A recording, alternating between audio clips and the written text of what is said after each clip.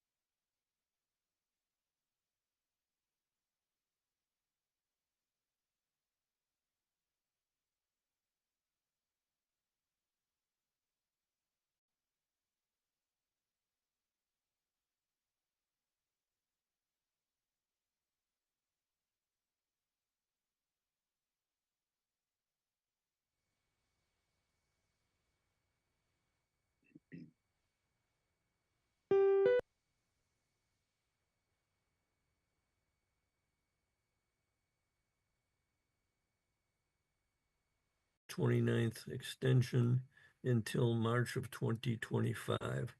The public may participate in this remotely. Meeting ID is provided, and if you are online as a participant and wish to speak, raise your hand. There's a button at the bottom of the screen. Joseph Salvaggio. The proposed project is construction of a multifamily residential building with BLSF and riverfront. Property is known as received peer review comments. He wanted to have a letter from the LSP of record stating that it was okay to have stormwater and maintain it if they so choose to do.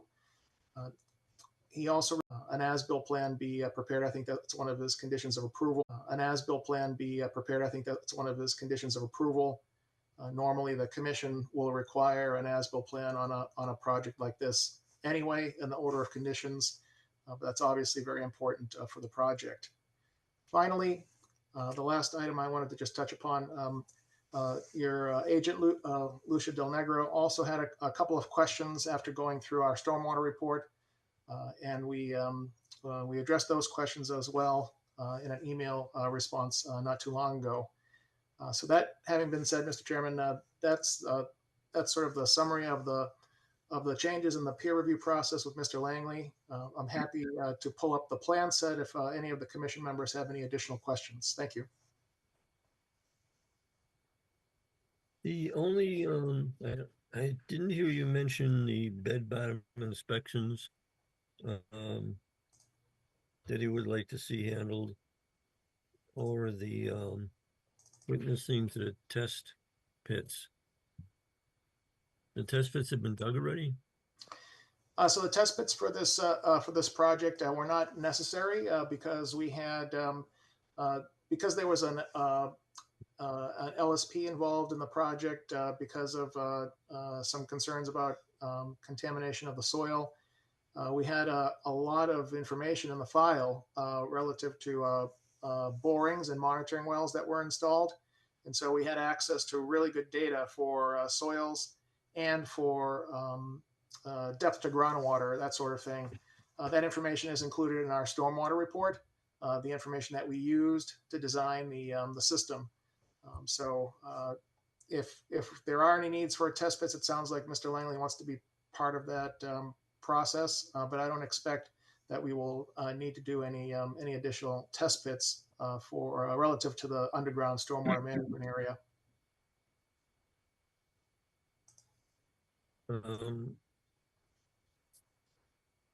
Okay. Anybody else in the commission?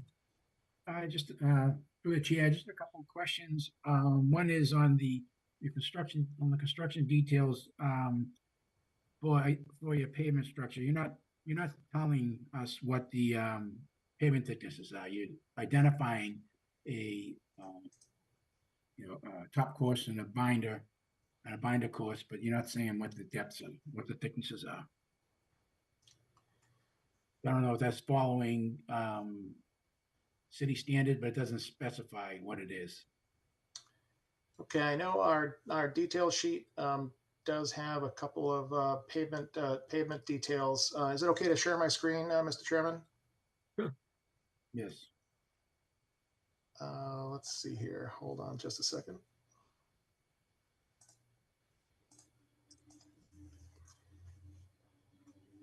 Okay, you should see the plan set, and that's our detail. One of our detail sheets. We have two of them. This is the second one, and the first one, which is sheet 7 of 8, has a pavement keyway detail. That's one of the pavement details. We also, if you recall, there are a couple of sections where we're proposing a pervious pavement on the property. Mr. Rizzo, were you referring to Yes. the detail up here in the upper left-hand corner? Yes. Yeah. So this pavement detail describes how we are tying existing to proposed pavement. So the thickness of the pavement is not shown on that detail. Let me see if I can put my finger on it real quick here. Yeah, I didn't see it anywhere. I was looking for it. Yeah, the pervious, oops, sorry about that. The pervious pavement detail, which is in the bottom right-hand side of the sheet, does have the thickness of the pavement cross section. Yeah, And I know it's going to be the same thickness of pavement, 4 inches, but let me see. I don't see it here on this sheet. yeah, that's why I was just concerned that you make sure you have a sufficient thickness for the top and binder. Right. You Yeah. know, Typically it's we show it either 2.5 and 1.5 or 2 and 2. Yeah. But if we can definitely include those numbers Okay, on a detail. But it will be 4 inches of pavement. okay. Not to be, I'm not trying to be picky, but on also your previous pavement detail, I don't know if, what the Commonwealth of Mass DOT standards are, but this one is in compliance with the New Hampshire DOT. And maybe they're the same, I don't know. Yeah. So a lot of the information that's in the stormwater handbook, Massachusetts DP stormwater handbook, comes from the New Hampshire test center for a lot of these best management practices. So that's why you see that that detail Okay. there. Okay. Okay. And lastly was, you go to the landscape plan. What is that? I've got that up on the screen now. Yeah, so you have, so you show your planting, you show your landscape plan, and you have a whole list of all kinds of plants, but you don't specify which plant and what the quantities are. It's just a large list of, you know, trees and shrubs and understory, but it doesn't, you're not saying what you're using and how many. Sure, I can explain why the plant schedule looks the way it does. So the number of plantings. So we have various categories, right? We have shade trees, ornamental trees, evergreen trees, shrubs, perennials, and ornamental grasses. And the number or quantity is shown on the plan view. And what we've been doing lately is we've been running into some issues during construction where a particular species might not be available, and so we've been giving contractors the ability to choose between a few different choices of shade trees in case one is not available. So the symbol type ties into the symbol that's shown on the drawing, and then when we do specify a particular species, we identify it here with a label. Oops, sorry about that. So so this is the label that ties back to the legend. Right. And so the numbers are per the plan. So here we have a series of shrub plantings all along the streetscape. And then the number, if you will, is the number based on the symbol that you see. Yeah. Okay. So when did so who's going to choose the type of plant? So let me just go back into the thing here. As we look at the plantings on the plan here, they are all labeled Yeah. by species. So this row here is the BBY, which I believe is a bayberry shrub. Let me go back to the table here. Oh, wait a minute. Okay. Yeah. So BBY is barberry, a 3-foot tall shrub at planting, and Okay. similarly, if we go around the site to the back here, these 8 plantings of shrubs are WBY, and then we have a BTO tree, and so they're all labeled and tied back to the plant schedule. Okay. I didn't see that. My mistake then. Okay. No, that's okay. Yeah, you're good. When you get to you have to do when you get to the end, you have to do a final plan to give to us. Will all these plants be identified at that time as what you used? Yeah, typically on our as-built plans, we don't specify species other than evergreen, deciduous, and then the numbers, Yeah, and the word shrub. Unless it's a specific condition of approval, we don't usually specify the species, but if you'd like to include that as a condition of approval, we would welcome that. I don't see any reason why not.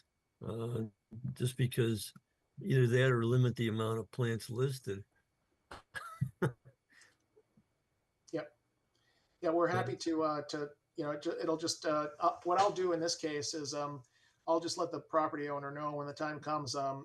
We'll instruct him to leave the tags on the plants, which will help our survey crew because sometimes they're not experts on identifying plant species. But if there are any ones that they miss, we'll send out our wetland scientists just to confirm. Only because if you got to replace it, you know what it is. Makes sense. So, all right. Anybody else? Through the chair, Yeah, go ahead. Chris, I just want to let you know that barberry, well, it only gives the genus, but it's been banned in Massachusetts since 2009. So I just want to let you know that. So really, I didn't realize that. Okay. I I don't know. I don't think there's any of that genus that can be sold here, but I could be wrong. But Thunbergii for sure is not allowed.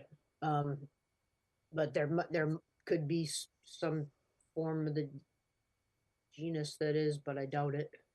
Yeah, I think they considered um, um, not native, invasive now. So yeah.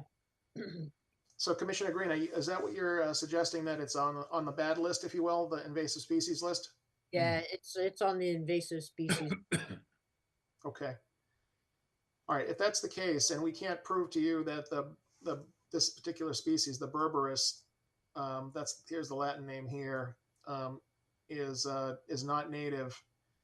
We're more than happy to replace it with one that is. Sounds good. Yeah, through the chair, Amanda's right. It says Japanese barberry and common barberry are both prohibited in Mass. So I think this plan needs to get revised then, obviously, because they're never gonna be able to find it, and if they do, we don't want it there. So I'm looking up real quick. So this one is the Berberis. I'll double check, but I don't think it's the Japanese one. But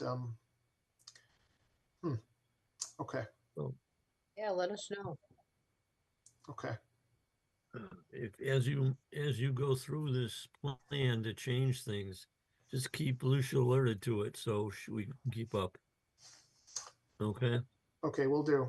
Well, if this And- plan's getting changed, that's up to you guys to tell him now, and that the plan would need Right. to get changed before I can draft the order of conditions. I mean, thank you so much, Amanda, for bringing that to our attention. Because, I mean, it's going to be problematic when the time comes for someone to buy these plants, and then they're going to be calling me. So I would rather this Can be we select revised. it tonight? Can we select it tonight? I don't see why not. An alternative plant, Attorney Kelty? Yes. And we Absolutely. can build that right into the order. Yeah, well, almost any of these other ones are pretty easy to find. Sure. So if you notice, we really zoomed in on the barberry, the two species that we proposed by label included the winterberry and the barberry shrubs. But if for some reason they weren't available, we allowed for other replacements right on the table here. So with your permission, Mr. Chairman, through you, I can just strike the barberry tree and instead propose another one of these plantings. For example, the northern bayberry, which is similar in name, but I don't believe that's on the bad list. Good thing you made these lists with all these choices. Bayberry's good. I don't know how if you'll be able to find it, but that's a really nice plant. So I think that's a good alternative to the barberry. And then what I'll do is I will strike and remove the barberry shrub. Okay. Okay, sounds good. I mean, I guess pay attention to the list to see if there's anything else that's prohibited and just take those off also. I'll cross-check the list one more time. I've got the Massachusetts prohibited plant list, and I'll review it and cross-reference it one more time to make sure there aren't any others. But and I'll make sure that that's the case. Good. So no invasive, no species of plants that are on the Massachusetts prohibited plant list. Correct. Good catch, Amanda. Thank you.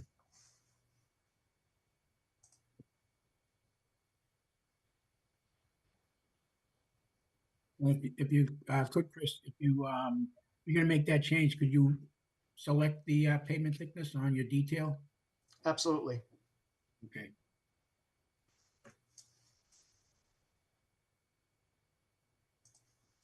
Anything else?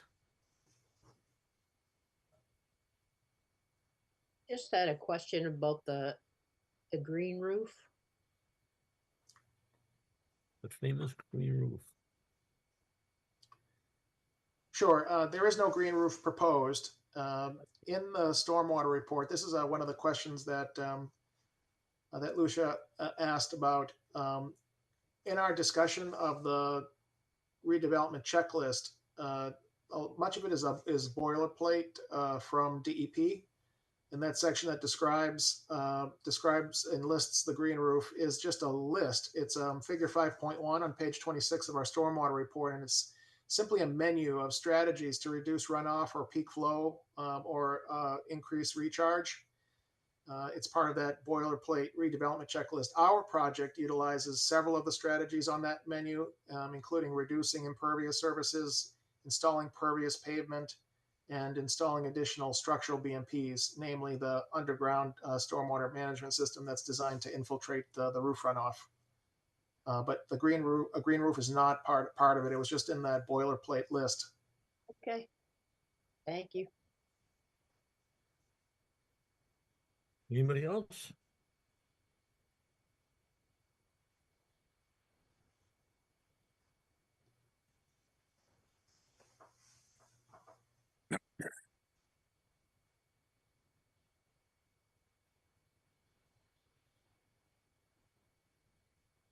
Did we open it to members of the public? I have not, but let's open it to members of the public. Another question is, are we all set with DEP comments? Yes. Yes. Well, we're set with them being, some of them they gotta be there for, and others we have to show that they did it, but yeah. Okay. DEP's comments were addressed earlier on, weren't they, Chris? Yeah. Yes, it was. We responded in writing on November 1st, and that was a comment of Bob Langley's to make sure that we included a copy of that response letter in our peer review response, which we included. It's attachment A to the response to comments. What's that dated? Because I'm November 1. I'm not sure if we received that. Did you send it specifically to me? The response letter to DEP was sent to you at the same time the November 5th letter was sent out responding to the peer review comments. So it did not come separately, Lucia. It's in attachment A to that response to Bob Langley's comments. It was Bob's comment number 3. Recent comments from DEP regarding 10 to 12 Street should be answered, and a copy of the response letter provided to engineering and the Concom. So we attached it to the response to peer review comments as attachment A. That's a letter I wrote responding to Alicia Galen's comments.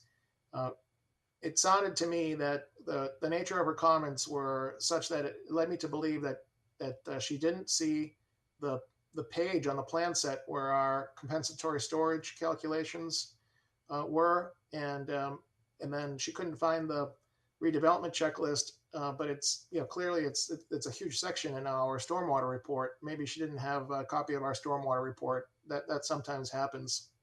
But this response to DP comments went out to Alicia by certified mail.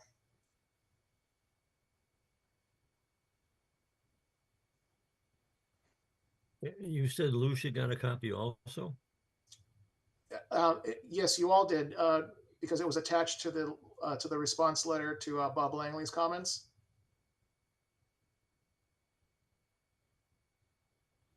At least, well,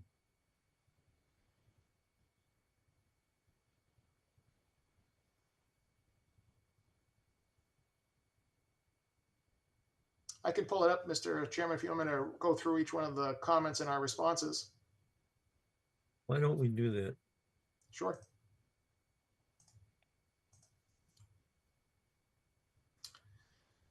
So let me go back to the top of this letter. This is the letter dated November 5th, addressed to the Conservation Commission, responding to the peer review comments from City Engineer Robert Langley. And if we go down the first page here, Mr. Langley had, 13 comments altogether. And on page 1, comment number 3 here, recent comments from the DP regarding 10 to 12 Monroe Street should be answered, and a copy of the response provided to engineering and the Concom. Our response was, see attached DP response letter dated November 1st, included herein as attachment A. And if I scroll down to our attachment A, DP response letter, this is our letter to Alicia Galen dated November 1st. There were, when they write their comments, it's on the portal, and so they're all kind of squished together. I peeled them apart, and when I peeled them apart, I came up with 3 comments. The first comment, unable to determine in performance standards are met as proposed for work in BLSF, or if the stormwater standards are met, the maximum extent practicable. So here in our first response, the notice of intent, our form 3A, which is the DEP form that we fill out, and our narrative in the notice of intent describe the proposed development, how we meet the performance standards for work in the BLSF. And then I pointed her to sheet 3 of 8, which is our grading and drainage plan, which contained a detailed summary in tabular format of the proposed filling and the compensatory flood storage provided by elevation range, which is something that they look for. You can't just compensate, in one elevation range. You have to analyze what elevation ranges you are filling, and then show DEP that you are also compensating in each one of those elevation ranges. Let's see here. So I pointed her to that. And then the stormwater report for 10 to 12 Monroe Street, which we submitted with a notice of intent, contains a Mass DEP stormwater checklist along with compliance calculations, which describe how the stormwater management standards are being met. And then I explained to her that the stormwater report also includes a checklist for redevelopment on page 16. The second comment she had was that no details provided on compensatory flood storage to confirm if flood storage is provided at the same incremental elevation as fill. And again, it's sort of a repeat comment. And I responded, please see response to comment 1 above. In addition, please note that the 2 depressed areas shown on the site plan are part of the compensatory flood storage being provided for the project. These 2 areas are not stormwater BMPs. The stormwater BMPs include Stormwater Management Area 1P. That was the name of our underground infiltration chamber system. And then the 2 small areas of pervious pavement that we pointed out to you in our presentation initially back at the end of July. Number 3, no information submitted describing how work meets the standards to the maximum extent practicable as described in Volume 2, Chapter 3, Page 2, redevelopment checklist. I directed Ms. Galen to our response to our comment 1 here, showing her that that list was included in the filing and is in our stormwater report on page 16. That comes right from the DP's redevelopment checklist. And in many ways, it's kind of a moot point because we went above and beyond on this project because we were able to show that even though it is redevelopment and we probably didn't have to do everything that we did, but we showed the commission that we're still meeting each of the 10 standards, even though it's a redevelopment project. And that's really the intent, right? In this case, we were able to meet the standards because it was reasonable to do so. Sometimes you're in a situation where you can't, and that's why that redevelopment standard is there. You have to kind of show, well, how close can you come to meeting them? We'd like you to come as close as you can. In this case, we were able to meet all of them anyway. Thank Very you. good. Did you get an okay from Alicia?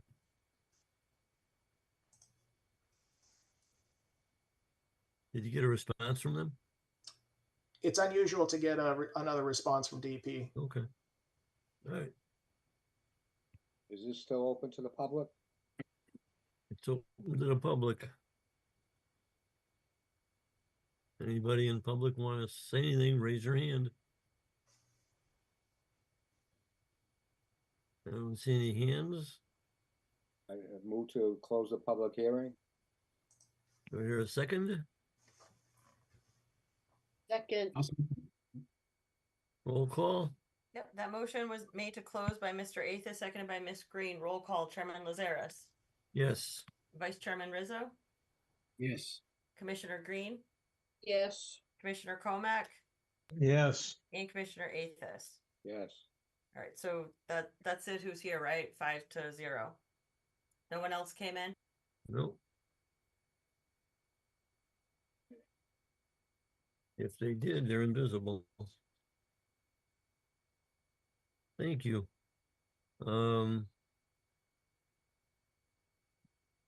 Is this gonna be continued then, or No. No. what are I'll you make a looking? motion to issue an order of conditions. Okay.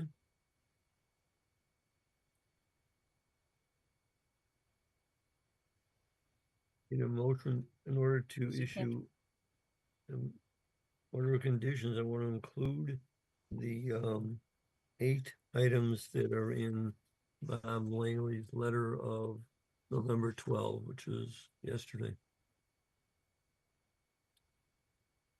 Okay, we're still waiting for a second on the motion. I thought I heard Ms. Motion. Green. Oh, I'm sorry. But that was for closing. Oh, I'm sorry. Seconded, Thank you. Okay, Stu.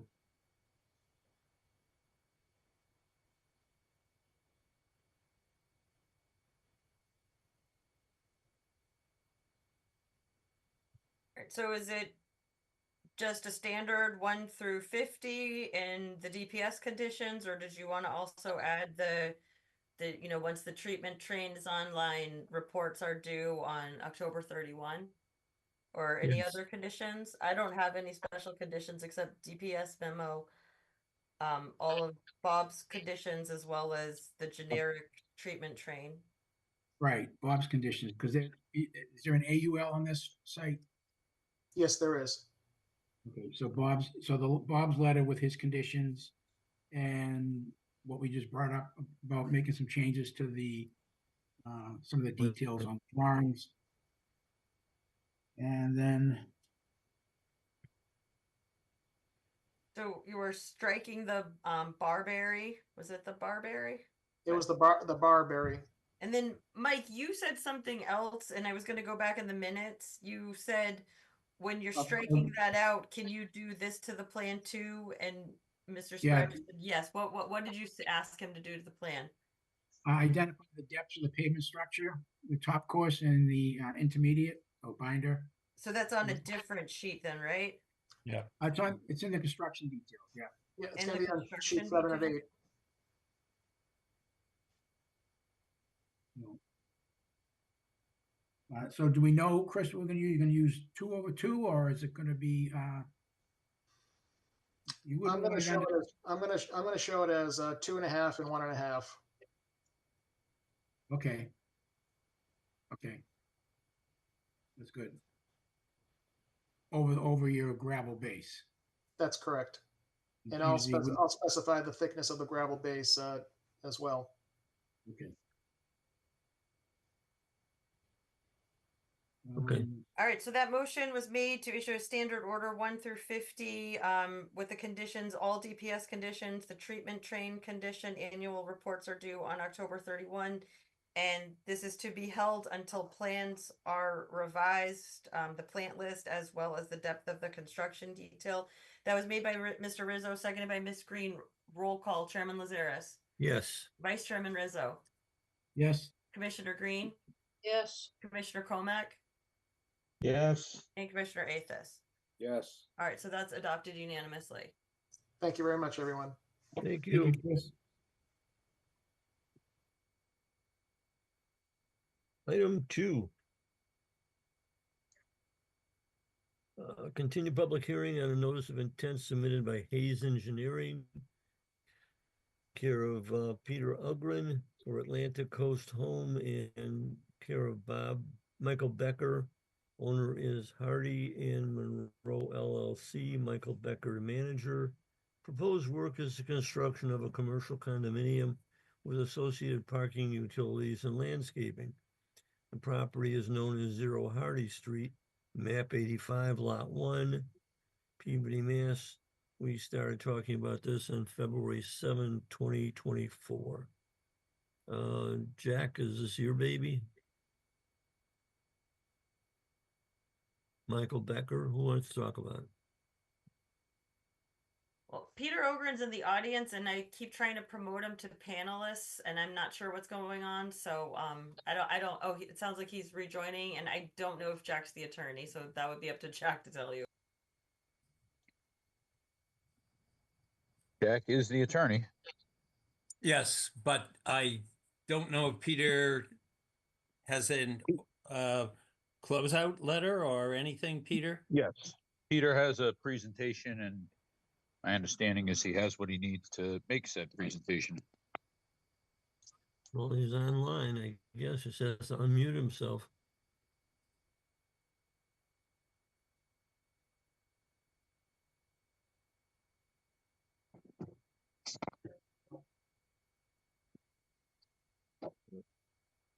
No, he's off. Oh, he's still there.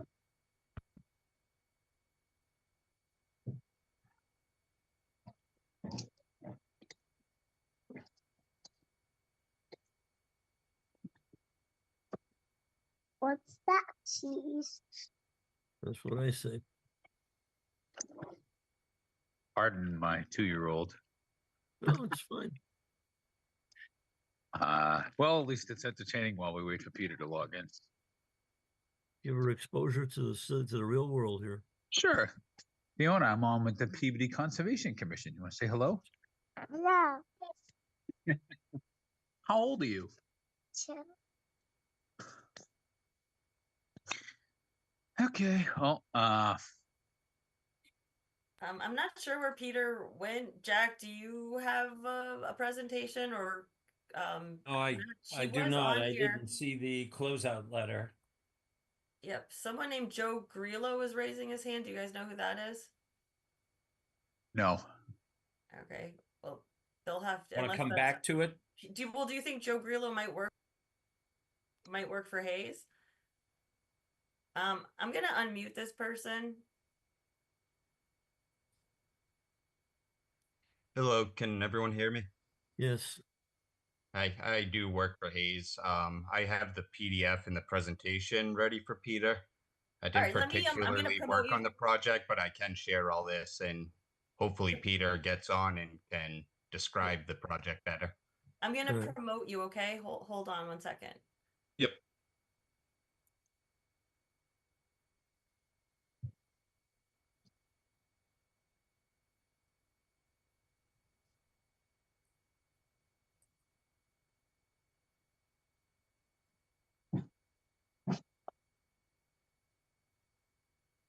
Peter is still a panelist.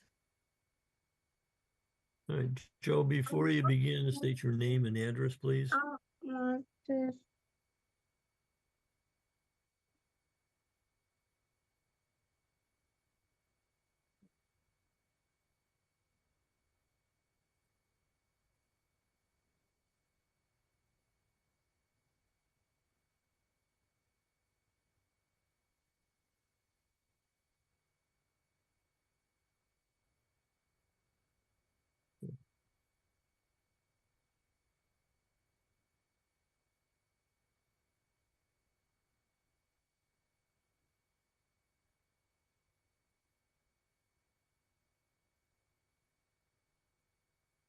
the closeout memo.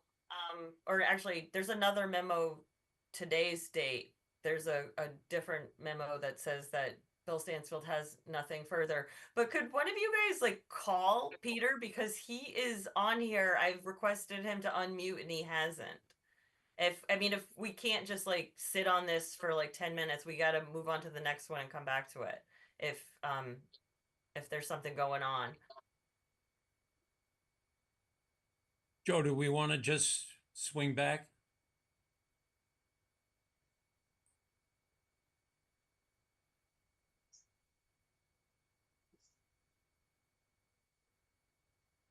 I'm okay with that if that's necessary. This is Mike again. Mike Becker, I'm the applicant. Yep.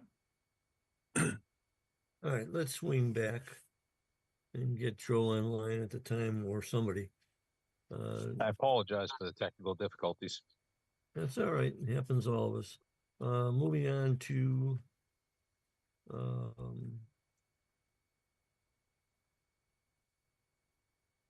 item 3.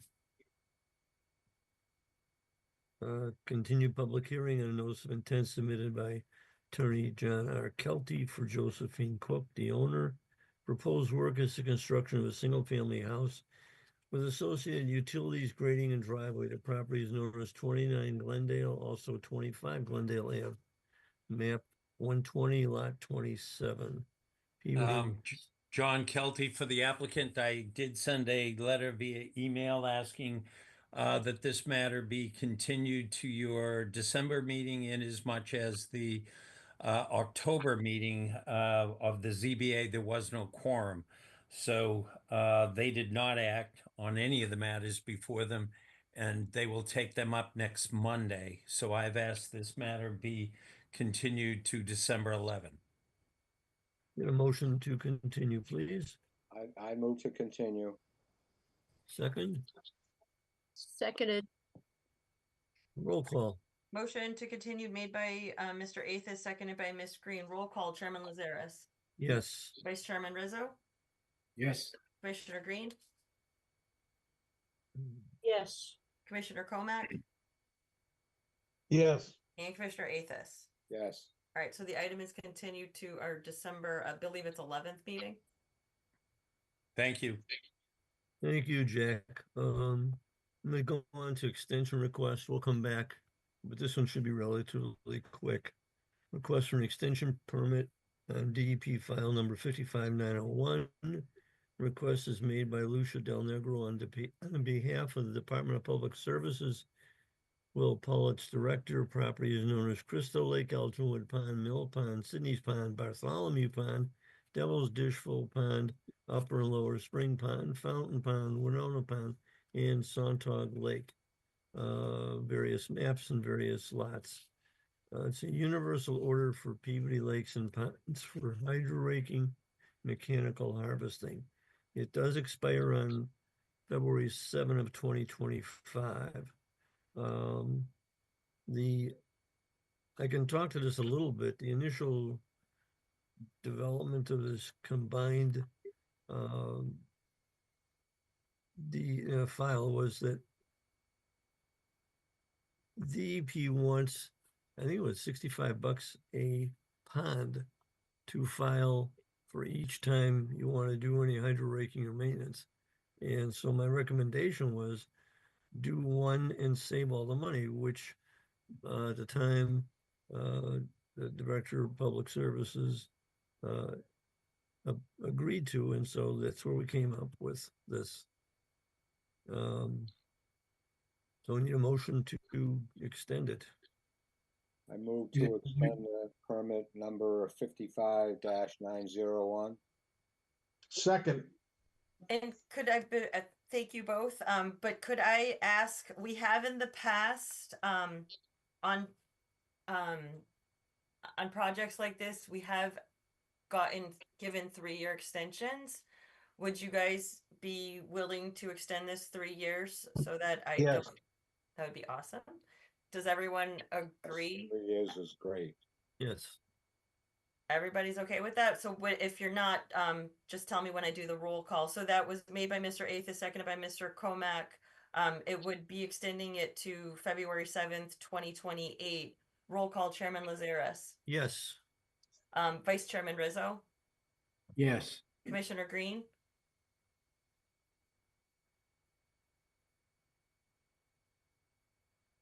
Commissioner Green, Yes. Commissioner Comac, Yes. and Commissioner Athos. Yes. All right, and before we go on to the next, I believe there's someone in the audience labeled Hayes Engineering. So I think we can go back. I'm assuming that's what they want. Yeah, that's I'm assuming, so I'm just going to promote them. okay.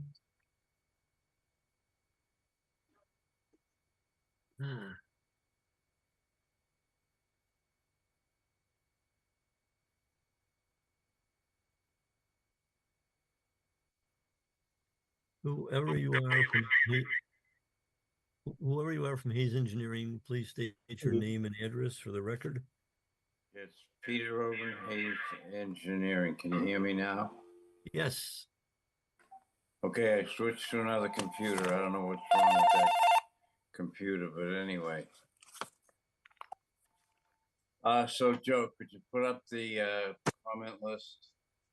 As we left this project the last time, we had received a second review from the Horsley Witten, who was the peer reviewer for the commission.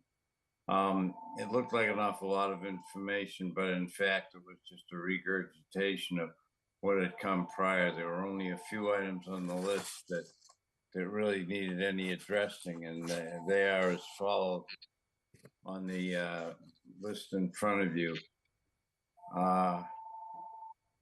Well, Joe, that's the Department of Public Services thing.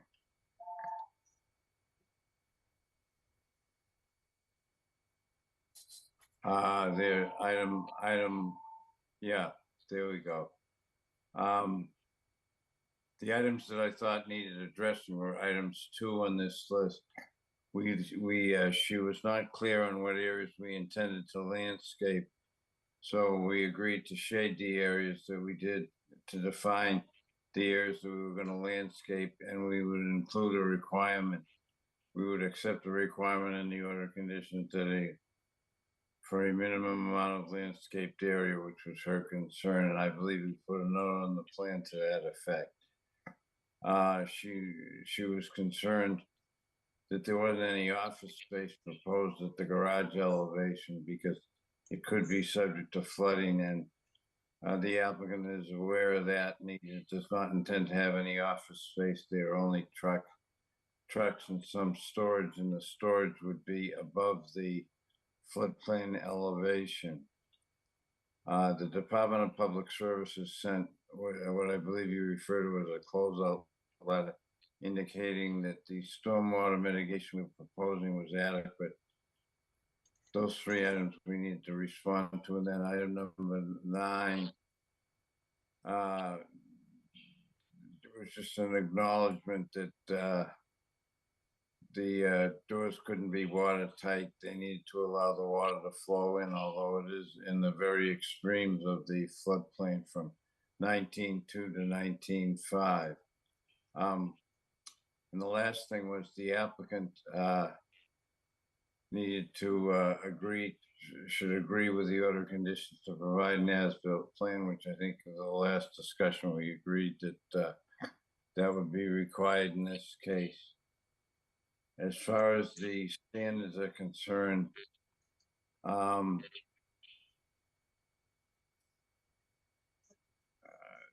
the items that I can read those to you if you want, but the standards 1, 2, and 3 required no further comment from the consultant. Standard 4, the DPS required the applicant to change the existing catch basin to deep sump catch basins with gas traps. The plan has been amended to show that. Standard 5, 6, and 7 require no further comments. Standard 8, the applicant will add a silt sock as described in the Horsley Witten report. We actually went beyond that, and I'll show you on the plan in a minute that we put it around the entire downstream perimeter. Standard 9, the applicant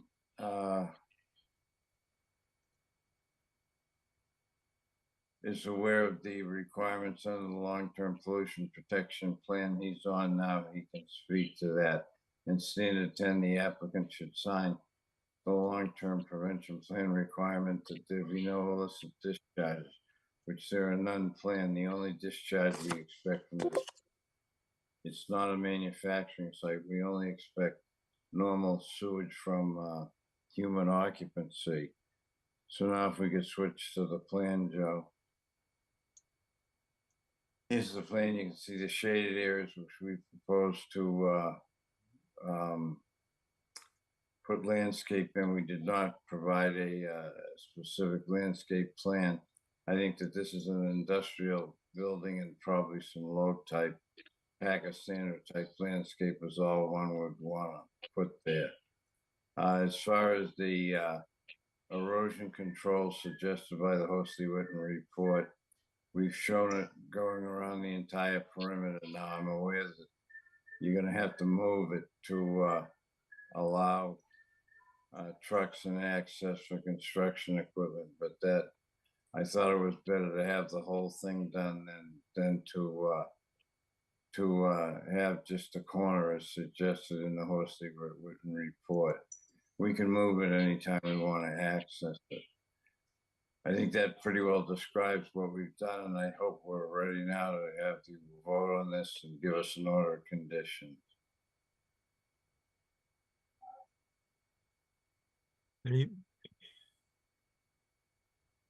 Anybody else on the commission?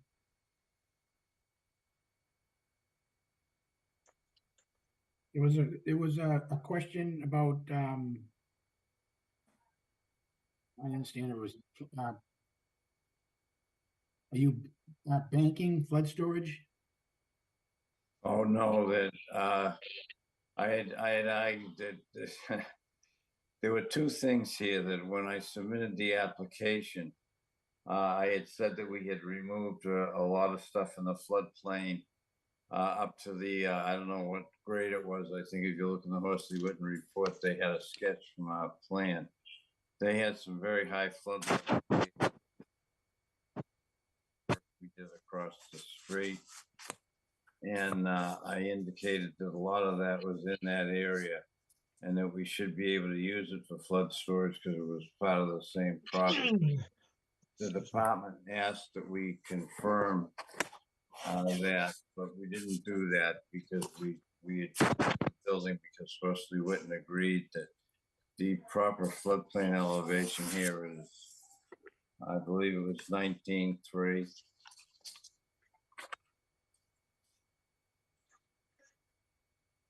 you look at the Hosty Witten report, they have a copy of our plan and the floodplains, I think. Maybe just the floodplain. Anyway, yeah, just the floodplain. In 2014, the floodplain was considerably higher. It was like 23 in this area. It's now dropped down because of the work across the street to elevation 19.5. So we don't need that. We don't need to try and take credit for anything across the street. Okay. All right. That was sort of a safeguard.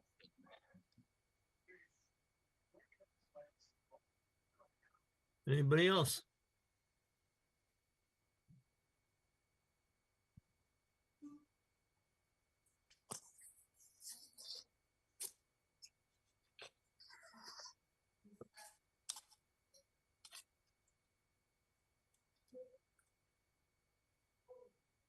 You open that to the public, Huh? Stu? You gonna open it to the public? Open to the public. Anybody online want to raise their hand? I don't see anybody.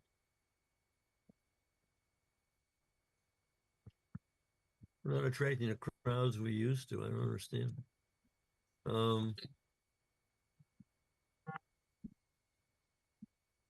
Move to close the public hearing.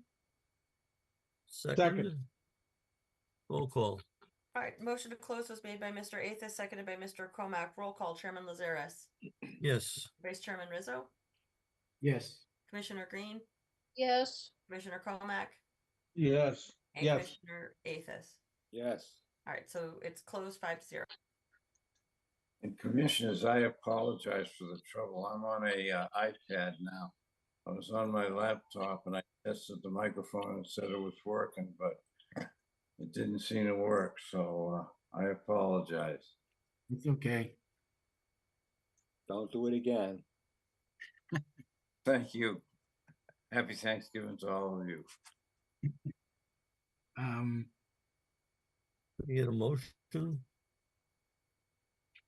Yeah, motion to issue an order of conditions. Are there any special conditions?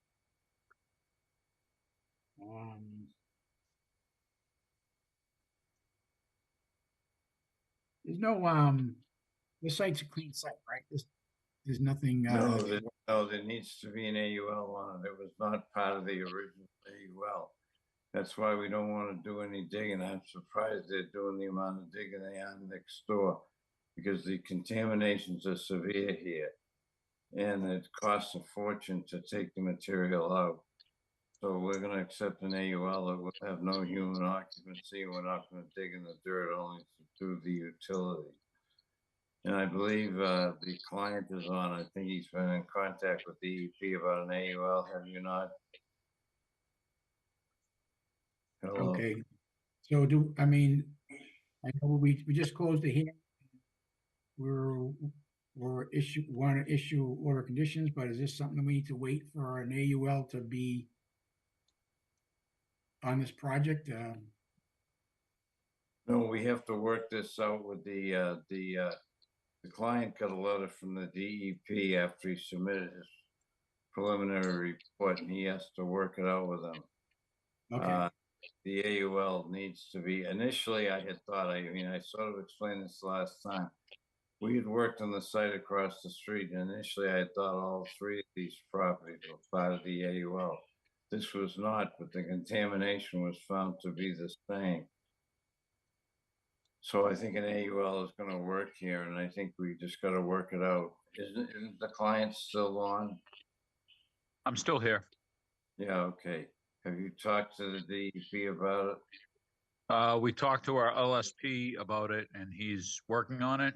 Our intent is to move forward to permit the project with the other municipal boards required and complete the AUL at the same time concurrently. But we can't move on to the other boards until we are complete with Conscom. You could take the order could have a special condition that you got to provide the AUL back to the Conservation Commission. I can tell you they're going to be a lot happier with an industrial or a commercial storage for contractors yard permit than they are with residential, I'm sure. That was the initial indication, yes. So could we add that through the chair? Can we add that the copy of the AUL needs to be submitted to the Concom before work can commence? And then is that going to change? Are we going to add any conditions about an LSP? Like, I guess Yes, you'd have not to do that. knowing, because as soon as they break that ground, we were going to want an LSP there, right? Yeah, LSP needs to be there before they break ground. Oh, when they break ground. So how can we, I know Mike Becker has been so very patient with this, and he needs this permit to go forward, so I don't want to hold it up.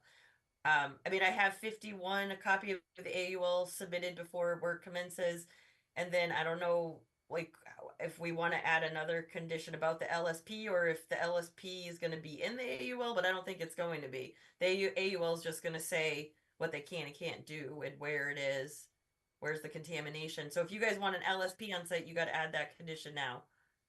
All right, we want to add that. So You wanna LSP on site during initial phases of groundbreaking? Yes. So all phases necessary where an LSP should be on the site. During all phases as necessary. Michael, does that sound fair to you? It sounds reasonable to me that whenever an LSP is required per the guidelines that we have one there. Yeah, because with an AUL, we're relying on an LSP taking, being in charge when you're dealing with the ground, the contaminants and stuff. So that person Understood. needs to be involved during those phases. Yeah, although my understanding is rather rudimentary, I do understand that the LSP, it needs to be done under his supervision for any work that's done in the ground with contaminants. Right. So we could get an electronic copy of all 21E documents. I think that's, now I'm remembering, that's what we've done in the past. Is we Okay. just say we don't want a hard copy because I don't want 150 pages. But someone should be able to email me copies of 21E documents that are necessary for us. So I have three special conditions. One's a copy of the AUL submitted before work can commence. 52, that an LSP needs to be on site during all phases as necessary. And 53, copies of all 21E documents to be shared electronically. Okay. And the LSP, their name, who they are.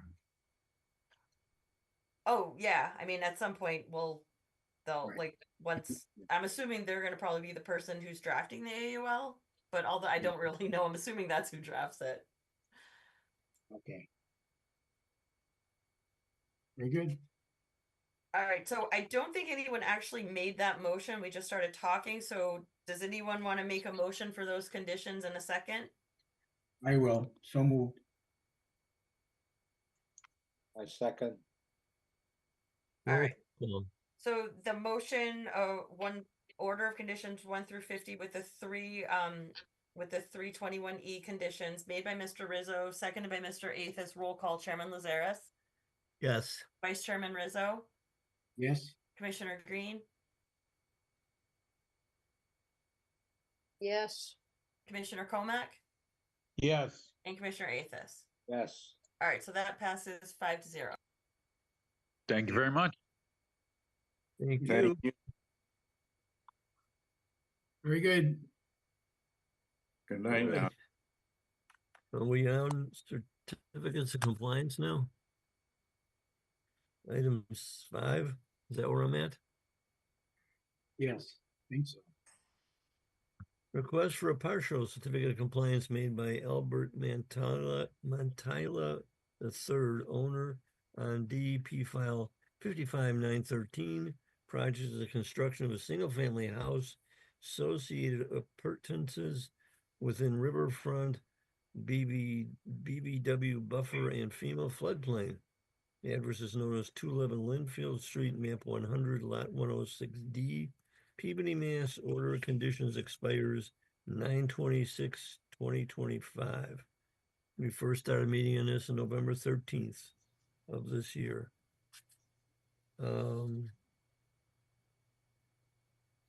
Is this you, Chris?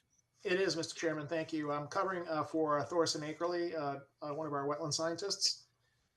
This was a certificate of compliance request for a order of conditions that the Conservation Commission issued back in September of 2022, which was recorded in the registry shortly thereafter.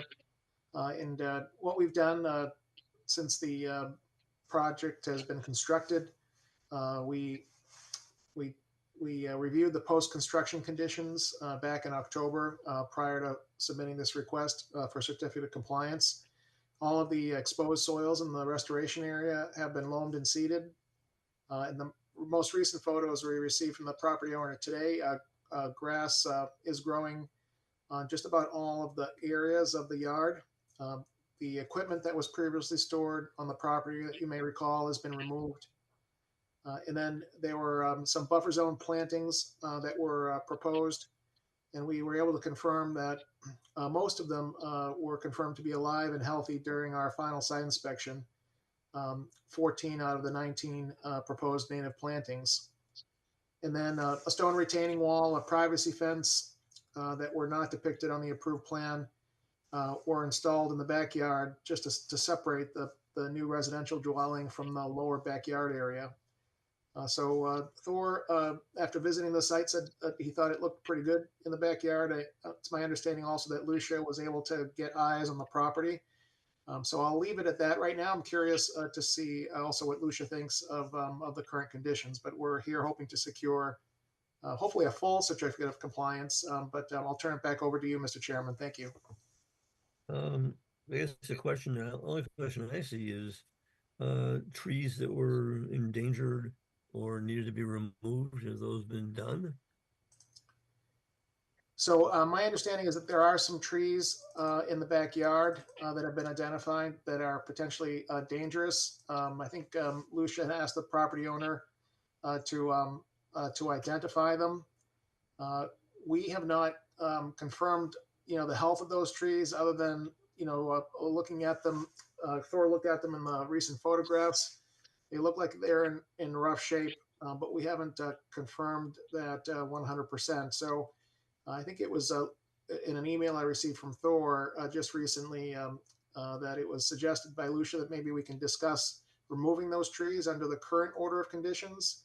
But if that doesn't make sense, the owner is willing to wait until after the certificate of compliance is issued and come back and do it under the tree removal policy. But I'm curious to see how Lucia feels about this as well.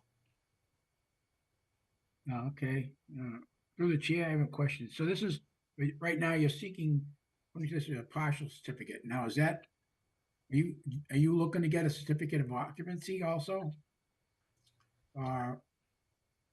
So the reason I think it was placed on the agenda as a partial is that the grass still, at the time we filed back in October, there were some areas that were still bare, but they've since come in and grass is growing in all of the disturbed areas. And so based on the photographs that we reviewed today, we were looking to see if it's possible to get a full certificate of compliance, but I don't know the answer to that other question, Mr. Rizzo, about the certificate of occupancy. Well, because one of the items that's is missing, or I think is missing, is the sidewalk has not been constructed. Okay, I was not aware of that. Okay.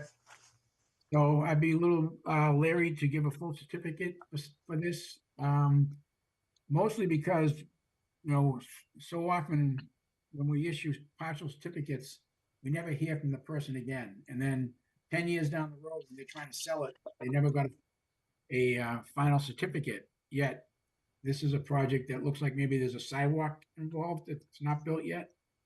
My understanding is that is supposed to be installed, but it is outside of the riverfront area and outside the 100-foot buffer zone. The property owner, Al, has his hand raised. I think he probably wants to speak to it. And Mike Rizzo, I believe they did get an occupancy permit from building already. So we're definitely not holding that up. I told them that they could, as long as Williams and Sprague just submitted the certificate of compliance. I've been giving the green light to building as long as I know I have them on the hook. So Al wants to speak and he can tell you, I'm pretty sure it looked like someone was living there, but he has his hand raised and he probably wants to speak for the sidewalk. Okay. How you doing? Can you guys hear me? Yes. Yes. Yes, Alman Tyler, property owner. The sidewalk has been done in the as per plan, and the 2 trees that were requested by Dan Terranzoni, building inspector, have been installed, excuse me, at either end of the sidewalk out front. So just to answer that question, that has been done. The granite curb and excuse me, sidewalk is completed. Okay. We have a picture of that? I miss it. Thought I looked at the photos. It was. Yeah, I didn't take any pictures of the sidewalk because, as Chris said, mostly everything in the front is out of our purview. So if somebody, I know you guys sent me some pictures today, but I was in the field all day with like Brendan and DEP. So if you guys could share those, if the grass has grown in better since I was there, I would love to see that. And then maybe those trees, to move the discussion to those trees. One of the conditions you guys put on this was that none of the trees in the backyard could be removed under this order, and they all had to go under the tree policy. when I was there, the trees do look, in my opinion, they don't look safe for his children. Um, so that's up to you guys. If you want him to file under the tree policy, he as I said he would do that. I said maybe let's just wait tonight and see what you guys say. So I don't know if you guys even want to entertain looking at those pictures, or if you just want him to submit tomorrow. It's 5 trees, so he can submit under the tree policy. That's up to you guys. As long as it doesn't delay, the need to, you don't want to hold up taking those trees down if it's that important. So if that's something they can do for tomorrow or in a day, then they could just file it, file for the request. I agree. I do have those photos that show the backyard if you'd like to take a look at them. Okay. Let me pull these up real quick. You should see the first one. It's a close up of one of the trees that have some spikes in it here. Let me go to the next one here. This is the backyard. The area here. This was really no grass growing back in October, and we've got grass growing pretty good even in the area that was bare before. Here's the next one. So you can see, obviously, a recently planted grass area, but grass is growing. And then that's one of the trees that was of concern. This oak looks like an oak tree to me. Mm-hmm.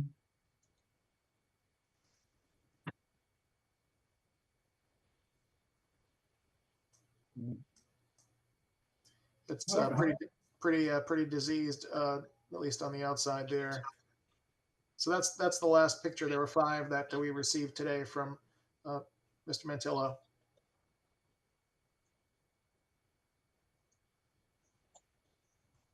Mhm.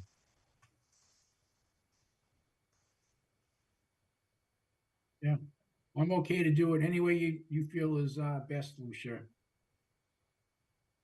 Well, it's really, I mean, one of the commissioners put a condition that, and I just want to make sure that I don't remember who it was. So if that, I mean, if the group says it's okay for him to remove the trees under this order before I issue the cert, I mean, it's cleaner and easier for me.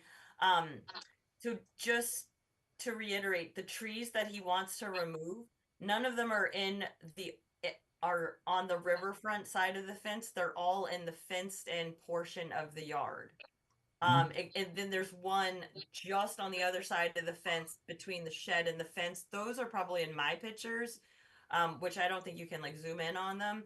But the trees that he wants to remove, he abided by that order of conditions and he did not remove them and they are still there and we just wanted to get your guys' blessing. Again, I don't know who was the person who made that condition. If it's I also don't want to disrespect someone on the commission by asking this. He said he's fine with filing the tree permit, but if everyone is here, there's 5 of you that are okay with him doing it before I issue the cert. I'm That's okay up to with you that. guys. I'm okay with that. I'm assuming or listening to this and hearing that these trees are not healthy and they have spikes on them and they're not great for kids to be in the area. So I would be fine with somebody taking the trees down. I don't know that it saves Lucia some work, I think, if you just do it before, for part of the conditions instead of doing a separate tree removal certificate. Yeah. If you want to do it that way, Lucia, it's okay with me. Yeah, I just want to make sure that Arthur and Amanda and Bruce and everyone else is in agreement with that. Yep. I guess so. Oh, Yes. Yeah, I guess so. Okay. there you go. You don't hit her. All right, think so that Al, you understand that it's only the trees in the fenced-in yard and that one tree very close between the shed and the fence. Al? Yes, can you hear me? Yep, you know that, right? Yes, yeah, that's the only ones I was looking to take down, was just the ones inside the fencing area, just because they're just the spikes on them, just with my kids, and if I have, my friends and their kids running around the yard and stuff, I just don't want something to happen to them. Plus, they have dropped, with the wind we've had lately, they have been dropping more and more branches from up top, so.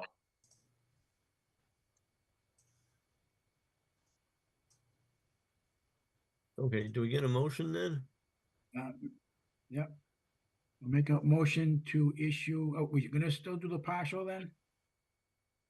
Because it doesn't hurt, because he's already got the occupancy, right? So, We were actually looking for a full certificate of compliance. Is that possible based on the existing condition? well, if the site looks good, so I'd be okay with it. You're a second? Second. Roll call. All right, so that motion is for a full certificate of compliance, allowing the removals of the trees in the fenced-in yard. That was made by Mr. Rizzo. I believe I heard Bruce second it. I did. Oh, it was you. Sorry. I guess I was wrong. Okay, so seconded by Mr. Athos. Roll call. Chairman Lazares. Yes. Vice Chairman Rizzo. Yes. Commissioner Green. Yes. Commissioner Comack. Yes. And Commissioner Athos. Yes. All right, and I would just say, since it's a full certificate, Al, I'm gonna hold it until you remove those trees, because once I issue it, that's it. No more work in the yard. And then I will be on you probably next year. I'll probably email you and ask if you can send me a picture of the grass growing in the back there. Okay, awesome, I appreciate it. Thanks, Thank everyone. you. I hope you all have a good Thanksgiving. Thank you You guys too. very much. You too, Chris. Item 6, request for a partial certificate of compliance made by David Robinson, EIT Allen and Majors for Atlantic Oliver 140 Summit Street LLC owner applicant on DEP file number 55932.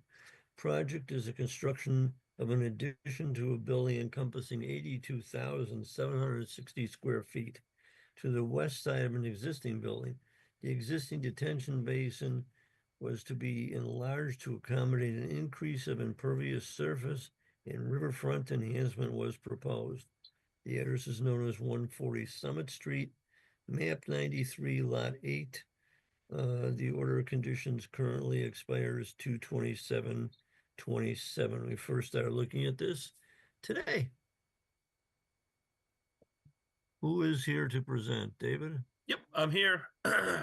Thank you very much. For the record, my name is David Robinson. I'm a project manager with Allen and Major Associates. We are the record land surveyors, landscape architects, and civil engineers for the petition before you at Christian Book, the Christian Book facility located at 140 Summit Drive in Peabody, Mass. Here with me this evening are Chris Frateroli with Goddard Consulting, who's the wetlands consultant, as well as attorney John Kilty. As you may recall, this project consisted of a very large warehouse-style building addition to the existing developed Christian Book facility. The project is substantially completed in construction. We get about a week left to wrap up some site items.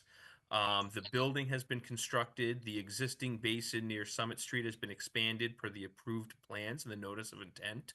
The riverfront plantings have been installed and are in good health. I believe that Lucia took at least one walk out there and met Chris from Goddard out on site. And after I wrap up, I will have Chris run through the riverfront plantings, as the installation of those is required for our partial certificate of compliance request. We also did remove a good amount of impervious area within the northerly riverfront area on site per the required order of conditions in the approved plans that we came to you about a year ago for. The only thing I think that the drainage items have been installed: structures, manholes, pipes, catch basins, very large subsurface infiltration system under one of the loading docks. The loading docks have been paved and installed. Some of the binder course has gone down, and we're still waiting on the final asphalt paving. There's going to be a lot of construction over the next week or so to wrap things up. The only major, I think, outstanding item is the landscaping. The site landscaping exclusive of the riverfront plantings, which have been installed. The site landscaping has not been installed yet. It's just not the right time of year to do it. We're going to wait until spring to do that. For the full certificate of compliance, we do have an order, condition 51 of the order of conditions, where we need to wait a full 2 growing seasons for the riverfront plantings to establish, and then maintain 75% survivorship of those plantings. So I think that's a good overview of where we are with the construction wrapping up and all of the work that they've done over the last 7 months, 8 months really here. At this time, I'd like to turn it over to Chris Frateroli with Goddard Consulting. If you could please promote him, he can give a quick presentation on the riverfront plantings. Absolutely. Thanks, Dave. I'm already in here actually. And I will go ahead and share my screen. I just put together a quick little slideshow, some photos. So as Dave said, we did have actually 2 rivers in proximity to the site. So really 2 sections of riverfront area. In any case, this is within that northern riverfront area in the northeastern corner of the parking lot. In order to comply with the riverfront area regulations, we did perform a pretty substantial asphalt removal and naturalization in this area. So we were on site through the entire process. Beginning end of July, they were removing pavement out here, prep and silt fence, erosion control barriers in place and intact throughout the whole thing, along with silt pack in the catch basin nearby in that area. Removing that asphalt in that corner. We did go ahead and spread a couple inches of loam to ensure that we had a good planting substrate here. For reminder's sake, this was the approved planting plan, variety of native shrubs and trees in this area, as well as seeding of the entire slightly over 17,000 square feet. As far as the plantings that did go in, there were a couple minor subs. Red oak wasn't available. We ended up subbing those for swamp whites. Now, understanding that they're a little bit out of their element in terms of, a wetland indicator status, we did install 5 extras of those to ensure we continue to hit that survivorship requirement. And again, due to nursery availability, we subbed those American hazelnuts for arrowwoods in their entirety. There were also 2 spare blueberries and 2 spare winterberries that went in there. So for a total of 9 plantings beyond what the approved plans called for. And I feel like while we're on this topic, Goddard is retained to continue to monitor and inspect these plantings for the duration of the order of conditions over the next 2 years. Anyway, we were also out there as plants were getting laid out. So here they are being spread out throughout the area, being planted and watered in. We apply a light application of chop straw. It really just helps with moisture retention, minimizes the erosion potential a little bit, and improves that seed to soil contact to really get good germination. And through beginning of October, we did have seeds starting to germinate in that area.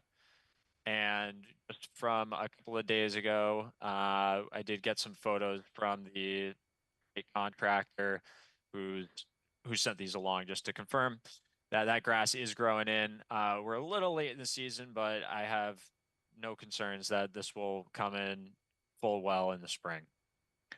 So that's what I've got for you in terms of photos for our riverfront area planting. I will stop sharing that, and I think unless you've got something else, Dave, we're happy to take any questions. No, I'm good. Thank you. That was really great. Sorry. Anybody have any questions? That was a good presentation, Chris. Thank you. Thank you.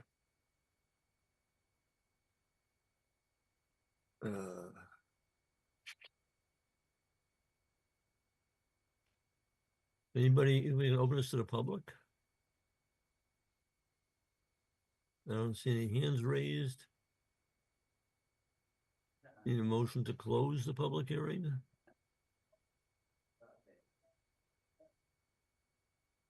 I'll make a motion to close the public hearing. Second,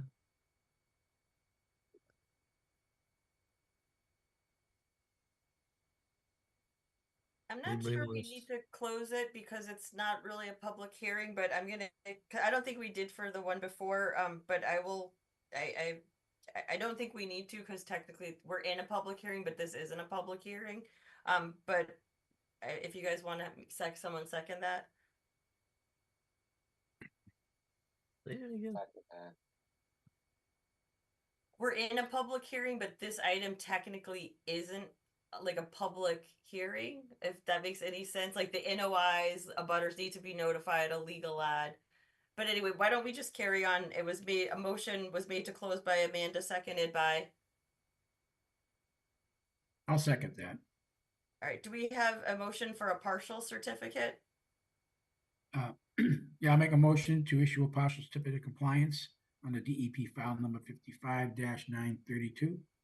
In a second, Seconded.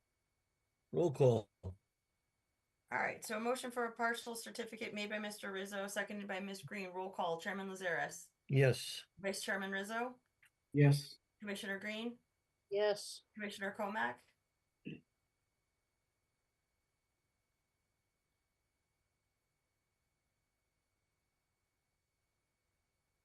Bruce, you're muted.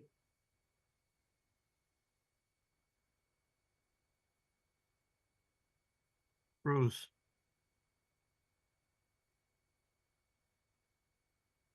I'm sorry. I thought I didn't mute myself. Anyway, yes.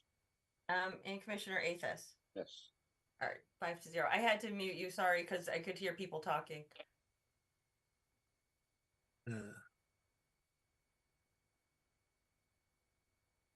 so this passes for a partial. Yep, 5-0. Congratulations. Thanks, Great. folks. Have a good night. Thank you all very much. Thank you. Thanks. All right. Enforcement orders, violation orders.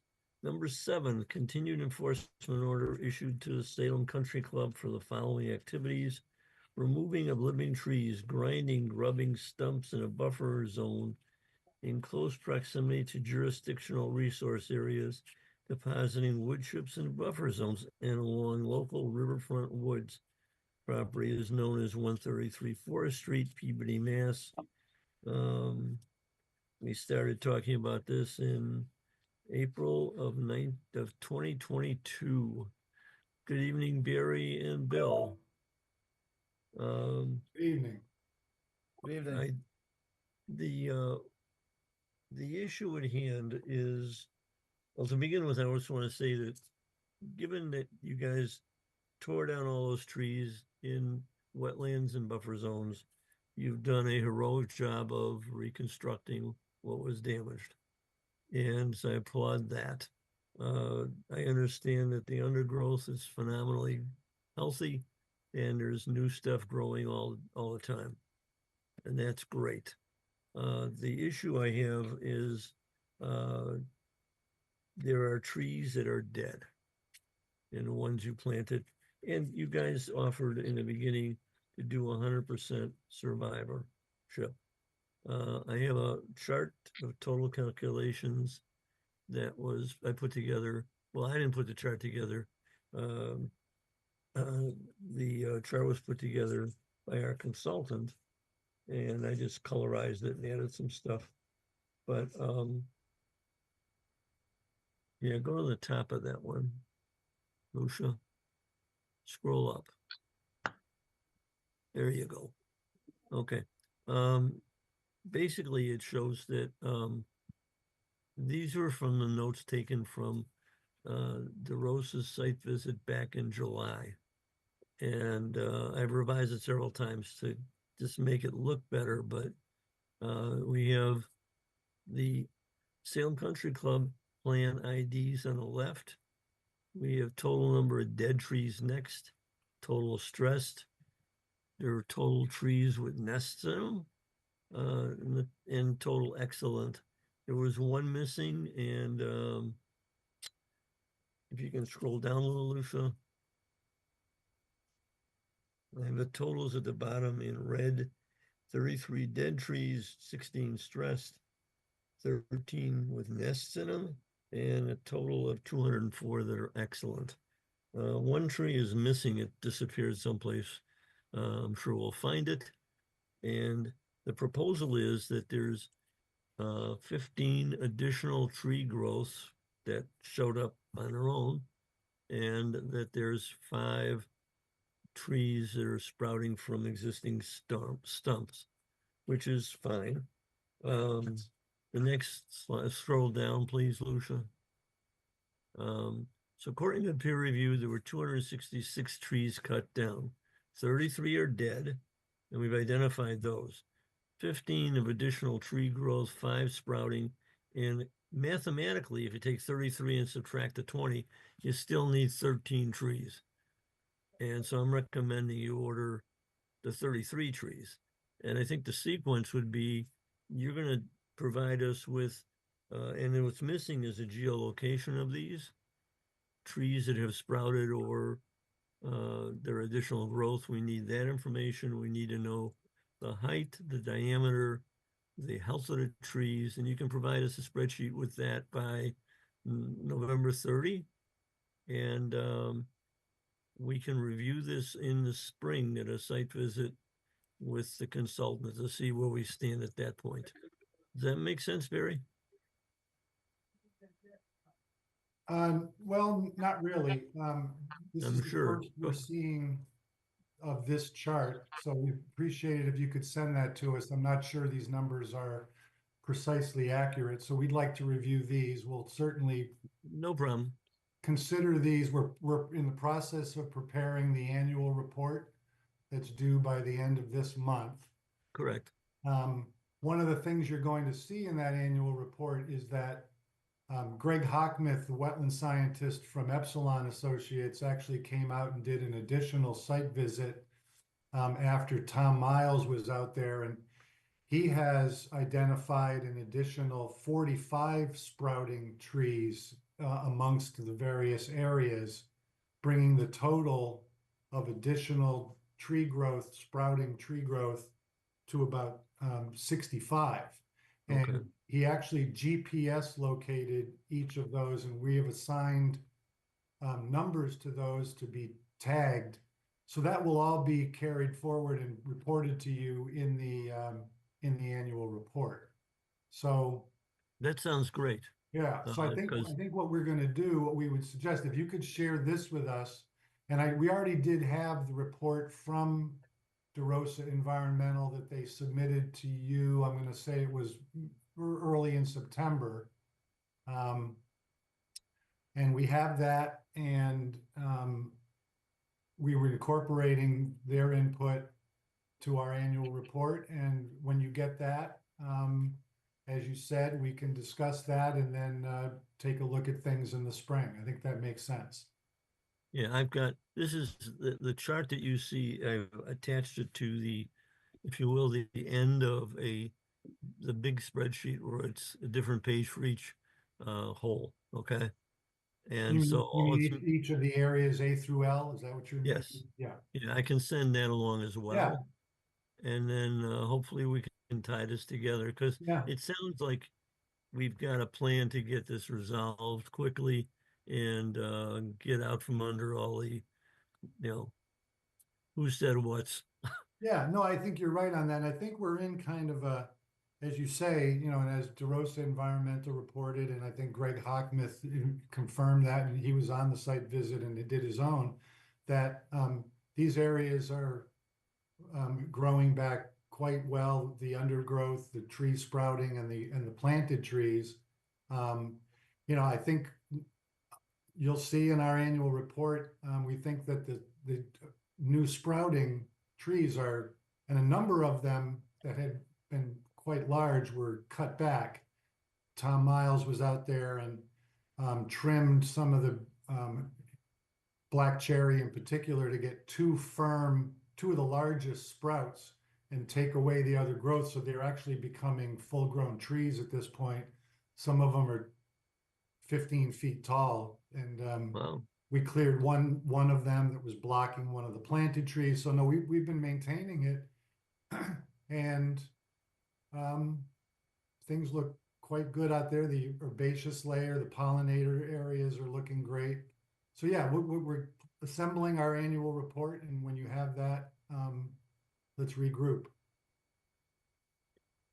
I'm happy to hear all this because it's been a long journey. Yeah. And I'm glad you guys have taken the responsibility to take care of business and bring back the wetlands the way they should have been. Makes me feel like I accomplished something. Okay. Thank you, Salem Country Club. I'm sorry, Arthur. I said thank you to the Salem Country Club for doing. Yes. Yeah. No, and Bill Rocco's here. You see him. I know he's been working hard on that. In addition to maintaining the golf course, he's been very diligent about keeping these trees, the planted trees, protected, watering them. You know, we had a tough summer here, summer and fall. It's been dry, but the trees are doing pretty well. It's still a drought, and Yeah. I'm sure it's a big job to keep them watered and growing. Yeah. So it's appreciated from conservation position. Yeah. Okay.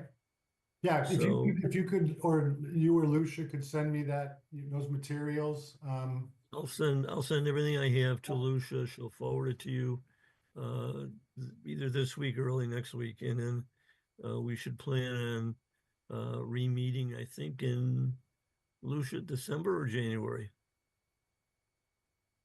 I think me and you discussed offline and with DeRosa that it doesn't make any sense to come to the December meeting because they're only going to have 11 days, not even 11 days, because the 30th is like a Saturday or something.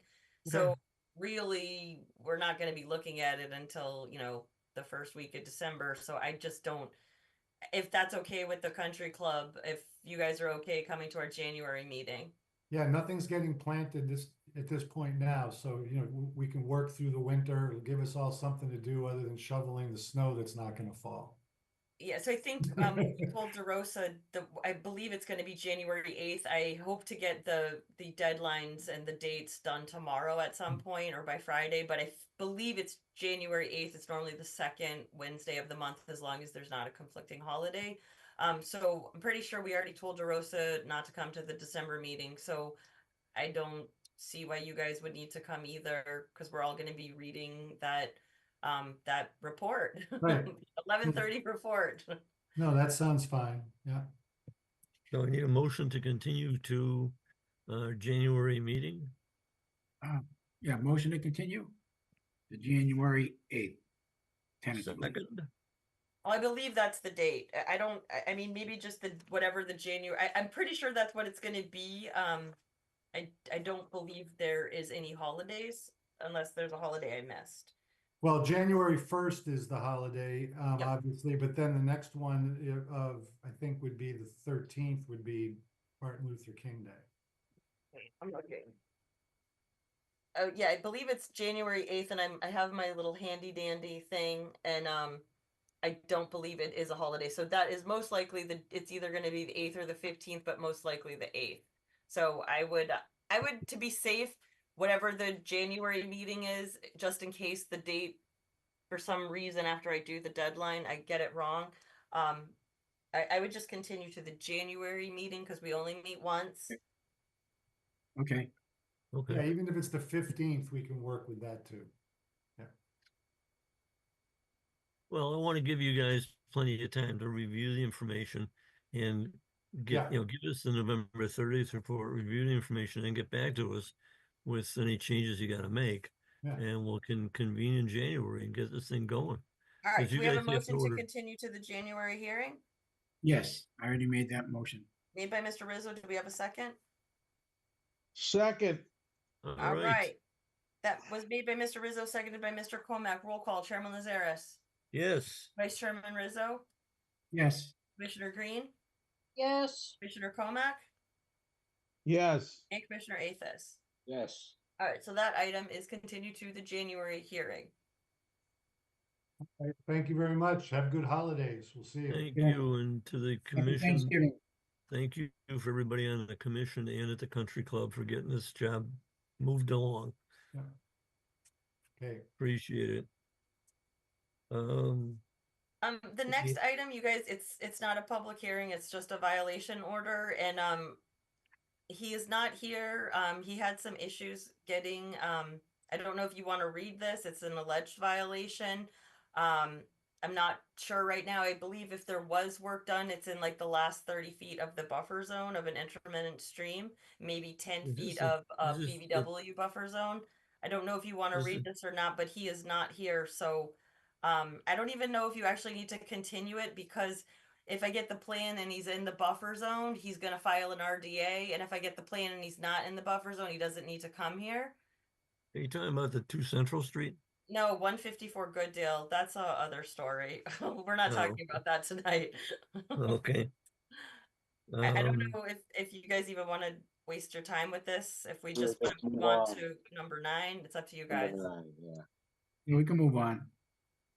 So just if anyone is in the audience, I doubt anyone is here. It was for 154 Gooddale Street. It was an alleged possible violation, and we are still doing our due diligence to confirm. And if he is in violation, he knows he needs to come for an RDA. And if he's not, we move on. All right, so take it away, Stu. Number 9. Number 9. After effect NOI. Public hearing on the after effect NOI submitted by Richard Salvo Engineering Alliance, Inc. for Pat Tedisco, 4951 Lowell Street Holdings, LLC. Applicant owner is an after effect filing for a building demo and the creation of a parking lot for commercial use along riverfront within FEMA floodplain. The property is known as 49R Lowell Street, map 85, lot 244A and 51 Lowell Street, map 85, lot 243. And we're meeting on this for the first time tonight. Pat Tedisco's here, Rick Salvo's here. Take it away, Mr. There you Salvo. go. Thank you, Mr. Chairman, members of the commission. For the record, Rick Salvo with Engineering Alliance. Here this evening with Pat Tedisco for the notice of intent at 49R and 51 Lowell Street. I may share my screen here.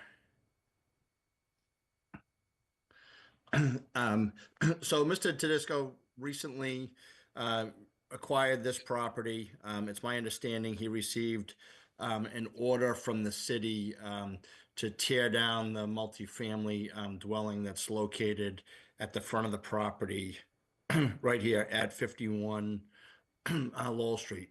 This property here is 51 Lowell Street. It was occupied by this existing about 1,976 square foot footprint, 2-family structure with a large garage behind it. This is 49R Lowell Street, which also has a garage structure on it. Both sites are completely paved. They're located within bordering land subject to flooding, which is the inland floodplain for the 100-year flood. And also Proctor Brook runs along the rear of the property behind these 2 buildings, as you can see here, which creates a 200-foot riverfront area and also a 100-foot buffer zone to the inland bank associated with that. So the work that had occurred in this site included the demolition of this building, which as far as the floodplain is concerned, added about 1,976 square feet of floodplain storage capacity on that lot where it didn't previously exist. And then he had reached out to us just to do some sizing calculations for some Caltech fields that we did based on some measurements that was provided by his contractor. The site hadn't been surveyed until Lucia had pointed out the fact that he was doing work in the floodplain and in the riverfront area, but he did install, and I'll get to that in a minute, two large Caltech fields, which would mitigate stormwater runoff from both the parking lot as well as the roofs of those garages where none currently exist. If I flips to the site plan here, these are the existing buildings. By the time the survey was done, the existing dwelling had already been removed. These Caltech fields had been installed, which we did submit backup calculations in the notice of intent to show that their size and capacity is in compliance with the stormwater regulations. Deep sump ported catch basin was installed and roof leaders were connected to the system for this building and parking lot, which is not there yet. And on 49R, this Caltech field was installed. Another deep sump ported catch basin, roof leader connections as well. So the plan, the only remaining work to do out there really is to pave, repave these two lots. That this lot was already paved, and this lot was partially paved, and the remainder of it was occupied by that multifamily dwelling. The mean high water associated with Proctor Brook is identified in this line here, which creates a 100-foot and 200-foot riverfront area. The top of Inland Bank is delineated by this line here, which creates the 100-foot buffer zone to that bank. You know, obviously the bank and the river are kind of sheltered from where all the work occurred by these two buildings. But nonetheless, this is where we're at. So I guess with that, I'll turn it back to the commission for any questions or comments you have. You know, the bad thing that happened here is some work happened without a permit. The good thing that happened here was the, you know, floodplain storage capacity was increased. Stormwater management was significantly improved. So I guess with that, I'll turn it back to the commission for any questions or comments that you have. I have two questions. One, what is the brown rectangle on top? That's this existing building right here. It's what? An existing building? Okay. Yep. So we're not taking it down? Nope. Okay. And then the one below it is the one to the right? Is this building right here? That's correct. Okay. And those stay. And then go back to the drawing again, please. Sure. What is the dash lines down the middle of the drawing? There's two This is the 100-foot limit of the 100-foot river front area.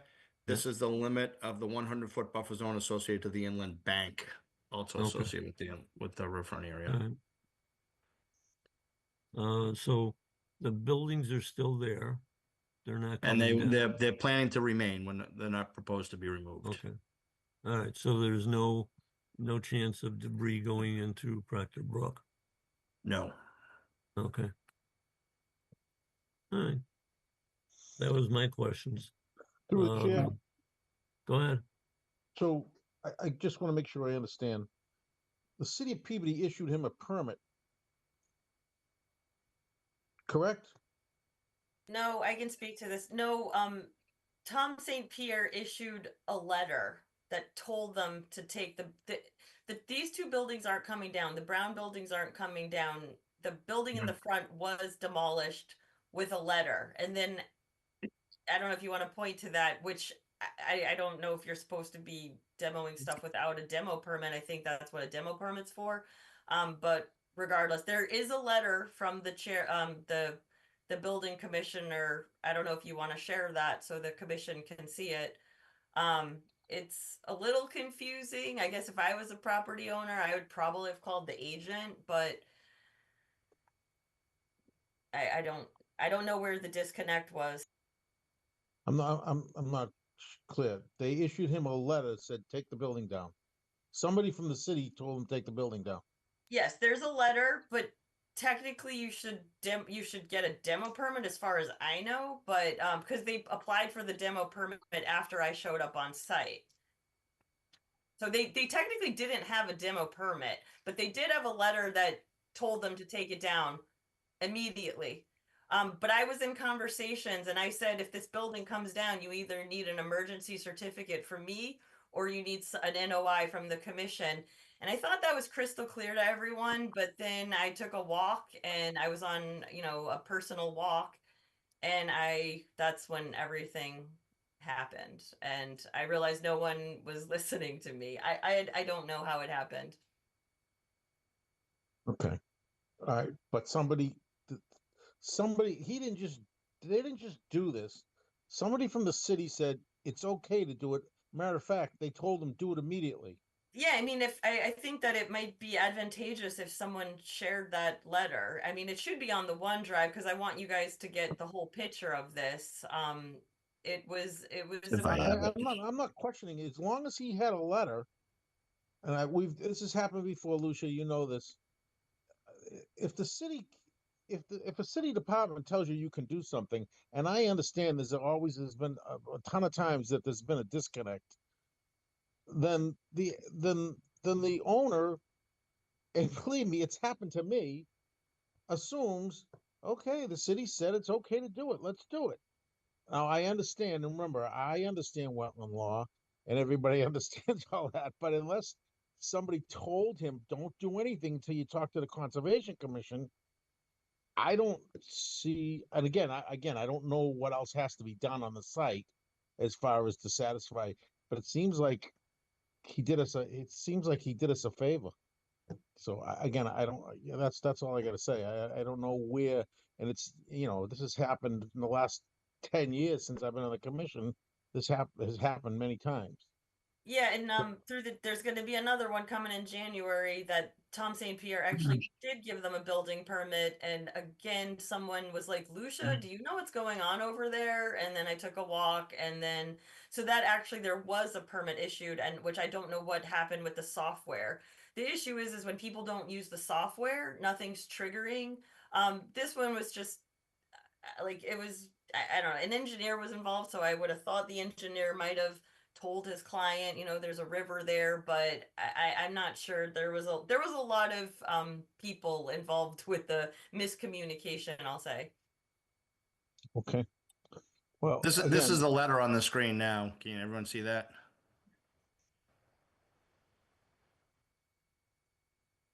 Can you point out where the wood structure closest to Lowell Street is on that prior slide, or?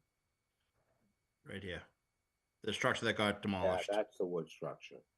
Correct. That's outside of the buffer zone, right? No, that's within the 200-foot riverfront area and within the floodplain. But obviously it was a demolition. There had been no survey done at that point in time. That's why nobody knew that it was in the floodplain or in the riverfront area. That wood structure isn't there now. It's not. When I got involved with the project, it was already gone. no, this letter says that there was a demo permit issued. And there was not. I checked. I understand. I I understand. But the immediately letter came. says there has been a permit issued. Yes, and I'm telling you, it was not. I immediately came back to the office, and I think Tom thought he gave them a permit, but he didn't. But how was Because if he gave them a permit, I would have been triggered. how was Rick Salvo to know that it was not really issued? Given this letter, he's just going by the letter.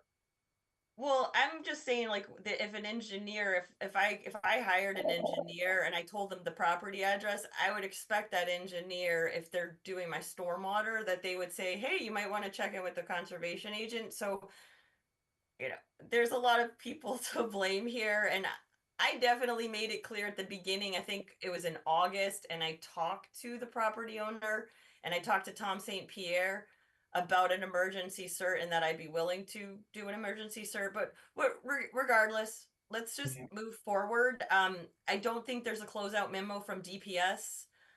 And DEP has not issued a file number, so I don't know if anyone has called DEP. I reached out to DEP last week and I haven't heard back from them. There is no file number and there is no DPS memo.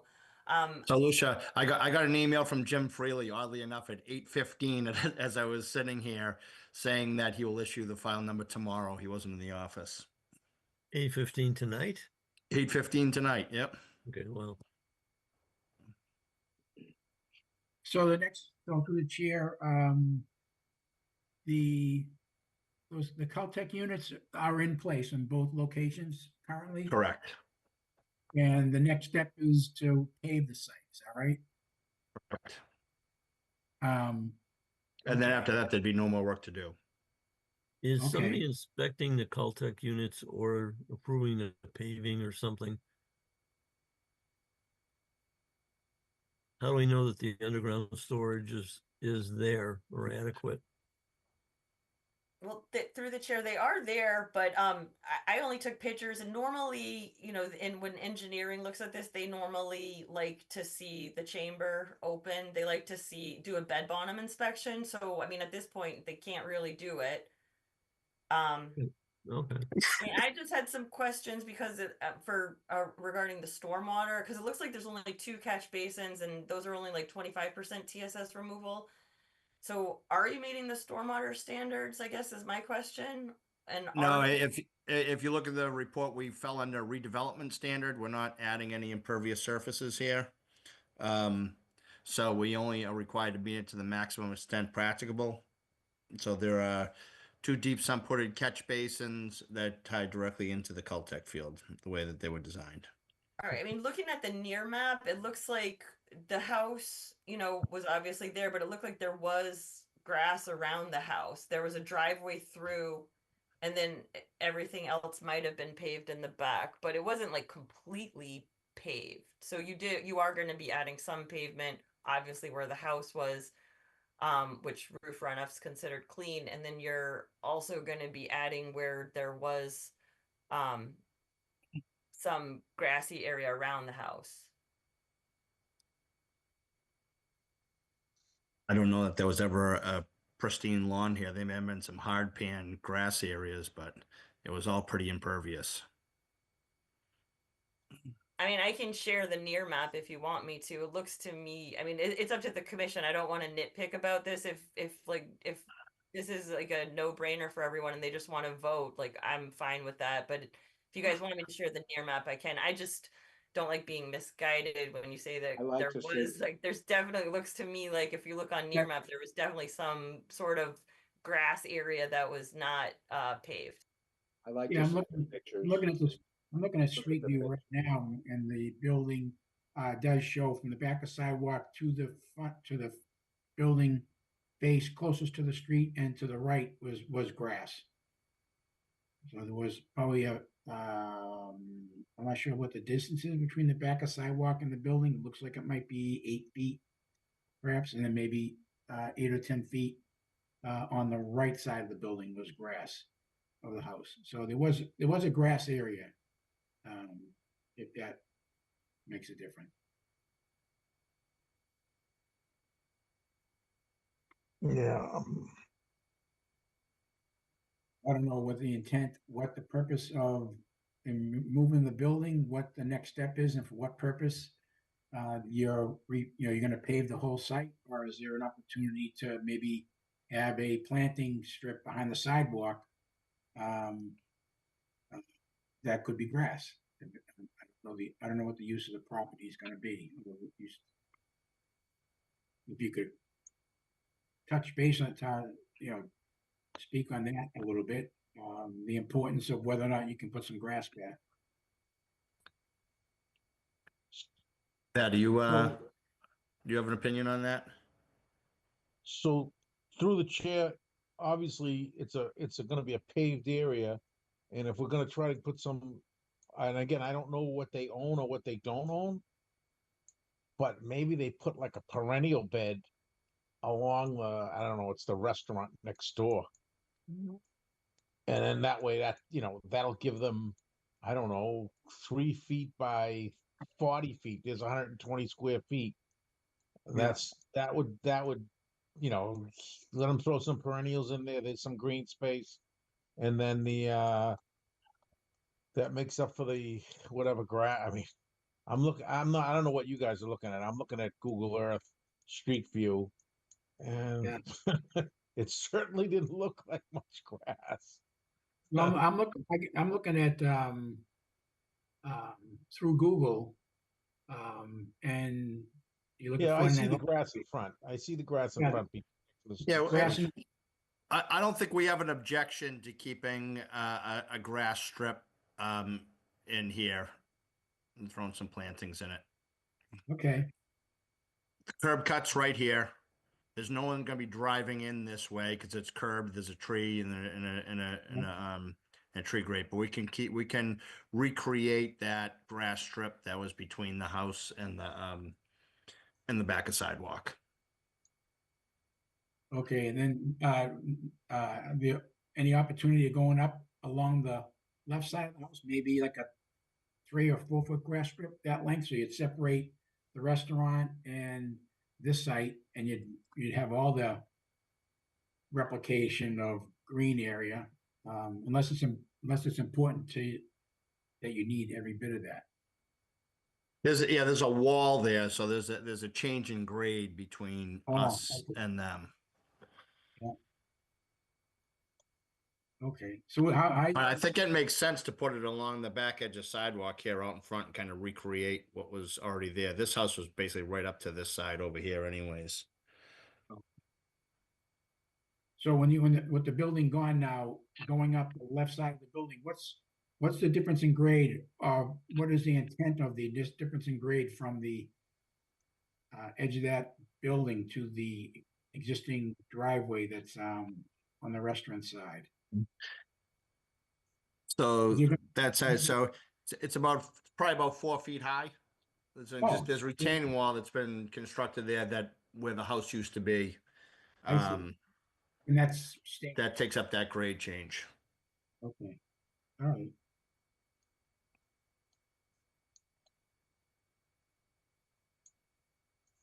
So the walls not restaurant side, the walls on the paint and wallpaper side, or whatever you want to call it. Yeah, the westerly side.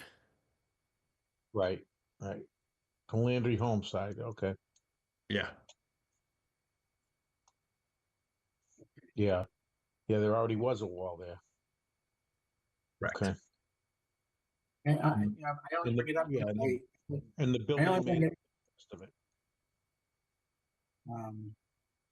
I only bring it up because I'd like to see this thing move forward if we could, because you want to get your paving done and the plants close. Some of the plants close December 1st or depending on the weather. Yeah, it's coming. So I want to make sure we can get that done. I don't want to come back another month if we don't have to. But I don't have any comments from DEP, and I wouldn't, if DEP looked at this, they may say, looking for a replication of the green area, somewhere on the property. So I don't want to. That's why I bring up trying to get some grass back there again. So through the chair, can we? I'd like to get this done.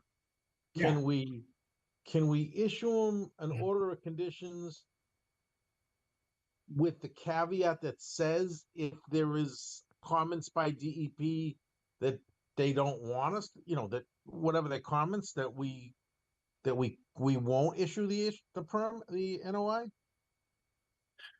We won't issue the order, I mean? Well, I think that was something on that line, but more importantly, that if DEP comes back with a comment that says, I'm going to use this just for a number, that there's 500 square feet of grass, and the area you want to put grass in the front is 200, and there's 500, and the DEP comes back and says, well, we want 500 square feet of grass again. Are you going to be able to accommodate that? That's all I'm saying. I mean, I don't think that we would intend to pave until the order would be issued and the appeal period would be over. So if DEP, does have anything to say, we'd be happy to come back to the commission, for an amendment request if we had to, if a comment was to come up. I mean, I'm not so worried about it on a project like this where it is it's a real redevelopment. I mean, this site was pretty heavily developed, and we're pretty separated from the riverfront area. Really, the floodplain is probably the most prominent resource area here, given the proximity of things. And there was nothing but improvements to the floodplain. but yeah, I mean, I think there'd be ample time that, nothing bad would happen if you decided to go that route. And if DEP had an issue, we could just come back to you. All right. Well, I'd like to see this moved on so that you can ensure you're gonna get that paid before the plant's close. Right. Okay. Just, All the This- questions this is a public hearing right now, right? yes. Were people notified or any Yes. others? Okay, so it's timely that it's a public hearing. But you went ahead and did the work. And DEP has not issued a file number? No, but I got an email from DEP tonight saying that it'll be issued in the morning. That's good. When they issue a file number, how long do they make comments at the same time, or does that happen afterwards? It depends. I mean, their website shows this being booked in on October 22nd.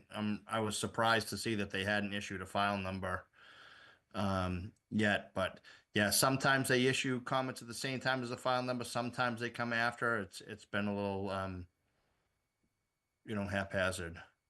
Yeah. They will issue some comments, and we don't have those comments now. So it seems like, we should continue this, right? Well, with the exception of the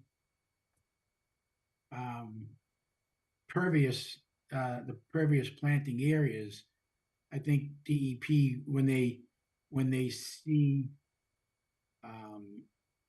if there's dialogue from the community that has issues, then DEP, they're gonna act on the project anyways in some form. And if they see that there's pushback from the community, sometimes they may follow that line of concern. But I don't think this property has, by taking that building down, like you said, you actually improved the floodplain. Unfortunately, it was done in the way it was done, but the fact is that the building's down and they have installed the Caltech units to handle the drainage. I don't see much more of what DEP would be looking for a project like this, except to get it paved. And maybe the question about how much green space. That's why I bring up the green space. I'm okay with moving forward on this, providing that the property owner is supportive of addressing concerns from DEP if they come up. Yeah, he sent me a note. He's okay with replanting a buffer strip along the back of sidewalk. He thinks it'll actually improve the property, make it look a little nicer too. Okay. Does this have to be reviewed by DPS? Why? I don't know Does if this I don't know if they have reviewed it. I don't think they have. Generally, DPS, when you're talking about Caltech units, they usually have their interest is the depth of the where the water is permeating to make sure there's the proper separation between groundwater and the bottom of the in the field, and that it's constructed properly. So I don't know what to do about that if they haven't seen it and it's already in place. I don't know what the answer to that is. Probably not much they can do unless they do a test pit. Or do you have monitoring? Is there any like monitoring wells in the system? Yeah, I mean the structure that are involved are installed. I mean we can deal with DPS separately on this. If they want to see anything, I'm sure the contractor has photos of every step of the construction. Okay. So. Okay, that'd be helpful. That would be really helpful. Through the chair, are we 2 feet above groundwater? Do we know? Was there test pits done, and do we have that information? From what I understand, talking to the contractor during the demolition and all the digging, they didn't encounter any groundwater. Okay, so no one ever did test pits, so we don't know where groundwater is what you're saying. No, no. You're not gonna find groundwater this year anyway. Not today. Well, it's just if the units are in, what's normally inundated with water, they're not going to do anything. So that's why I was a little confused when Pat showed up to the site and he told me that you were his engineer. And I just kind of was like, and Pat didn't tell you, and Rick didn't tell you you needed to file with the commission. So Yeah, we're to say we're the engineer. I mean, nothing really got engineered on this site. We got I know, but queried for some advice on the size of a parking lot. You told him what to That was put about down. it. You didn't. You just told him verbally what to put down. You didn't do any you didn't Nope. Never went to the site. His contractor gave me the sizes of the paving area and the sizes of the roofs and said, how big of a system would you need to install? And he never told you where it was. And I never went to the site. No. I don't know. And it hadn't been surveyed at that point either, as far as I know. Well, because I ordered the survey for the notice of intent. I mean, when I'm sitting here, it seems like there's so many little up in the air things going on. And you kind of want to, put the order of conditions in, but, but this is after the fact. So there's like the DEP, they're out there almost involved. DPS, normally we always wait for a DPS, opinion. So I don't know why we just don't continue it for another month. And is there a? He's gonna lose. Is there a pressing need? His ability to pave it. He's gonna have a mess all winter. Should be. It needs to be paved for the snow flies. Wait another month. It's not gonna be able to do that. Most of the plants close December 1st. Correct. Yeah, so it would be beneficial for all parties, the city and the developer, to get it paved before it starts to snow, and then the plants close, and then they're stuck, and the site's going to be a mess. So I don't see much. I have no problem. Through the chair, I have no problem, putting some caveats on it. But at least he get a contractor lined up to pave it. And if they stop it, they stop it. There's nothing we can do about that. But from what I see, they're telling us, I don't see any reasons not to do this. So I think the best thing is if we are able to issue an order of conditions and condition it that looks like DEP is going to be okay with this. So we just learned we're going to get a file number tomorrow, and they've already commented on the grass strip behind the sidewalk. Now the question is on the Caltech unit would be with public services. So if we issue the order of conditions and get that part moving, that gives the opportunity to DPS to just weigh in on it and just say, I'm okay, but gee, could you dig a little test pit over here so I can see what. That sounds reasonable. So I think it's, there's still the opportunity to do something if it should come up. If DPS would look at something and saw a problem, then it's beyond our control, because if it's not built properly, then there's not much we can do anyways. But I certainly don't want to hold up being able to get this paved before the season. So, I'd recommend, that we issue the order with those conditions that we already know we're getting the file number, and DP's already weighed in on the grass area, I think. And let DPS go out and look at it and just say, they're smart people, they can make a decision. And if there's something if they need to dig a hole, then dig the hole. Yeah, through the chair, once I don't think DPS is going to look at this. I emailed them last week and asking if anyone was going to, and I haven't heard back. So I'm assuming they're not going to look at it.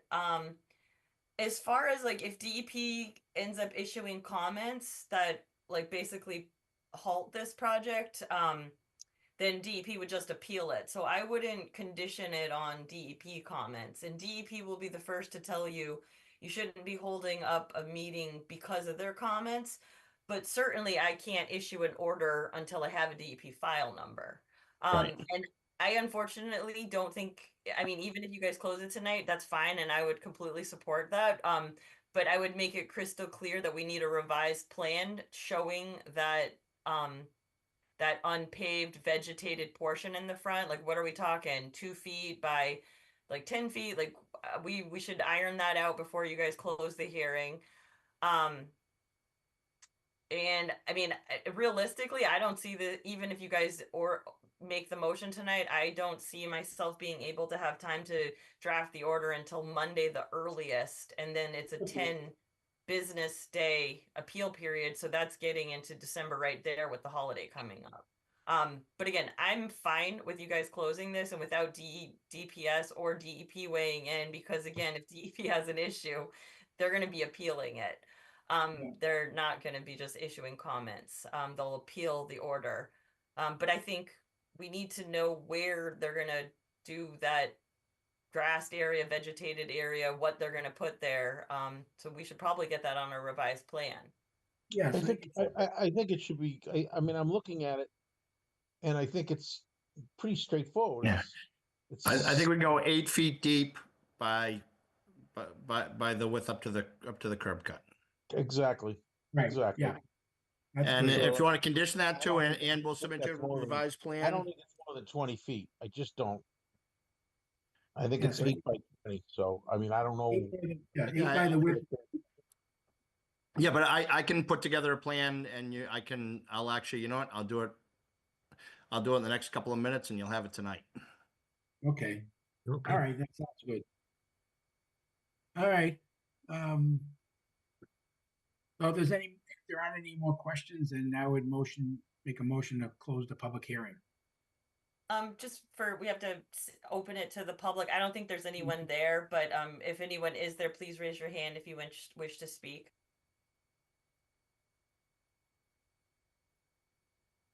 I don't see anybody. All right, so we have a motion to close made by Mr. Rizzo. Do we have a second? Second. All right, motion to close made by Mr. Rizzo, seconded by Mr. Comack. Roll call, Chairman Lazares. Yes. Yes. Right, Chairman Rizzo. Yes. Commissioner Green. Yes. Commissioner Comack. Yes. And Commissioner Athas. Yes. All right, so it is closed 5-0. Now the issuance of the OOC 1 through 50, I'm assuming. Yep.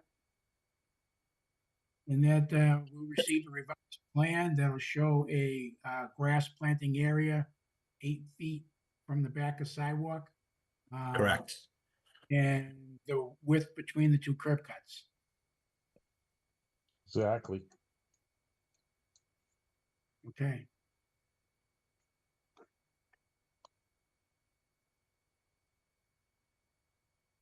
And maybe a motion that the O&M, I'm assuming there's an O&M, is in perpetuity. Yeah, there is an O&M. And that the maintenance reports are due once the treatment train's online. They would be due annually on October 31st.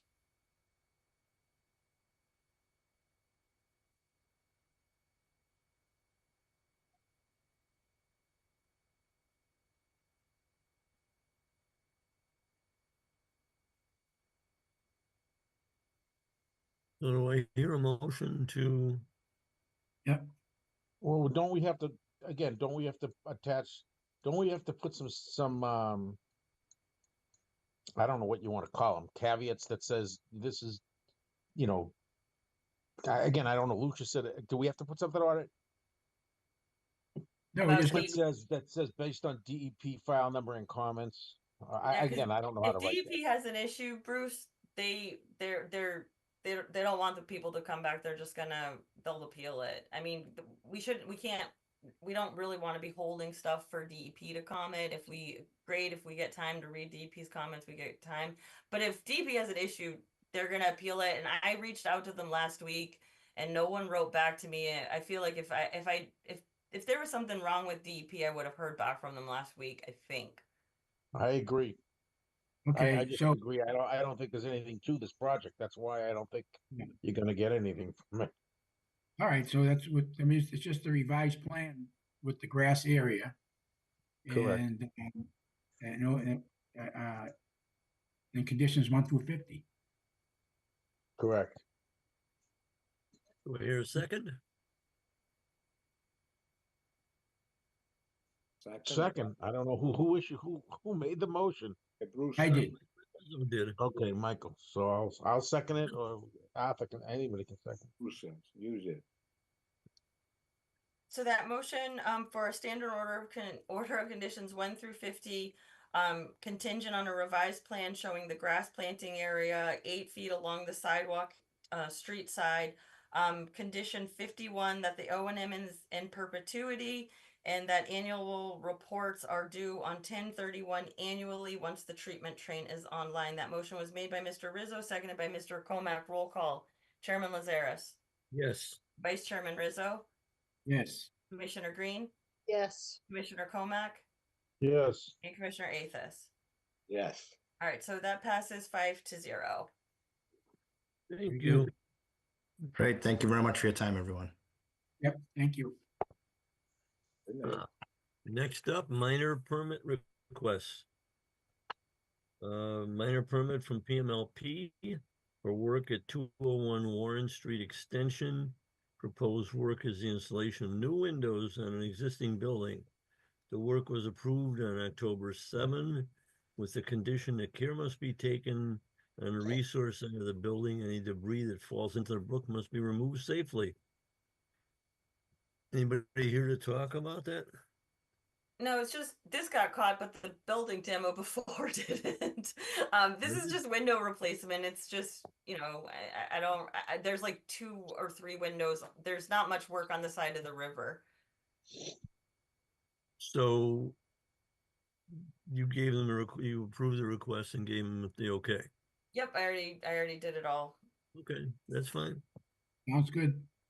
Anybody else comment on that? Do we have to approve it? Yes. Move approval then. Do we have a motion to approve?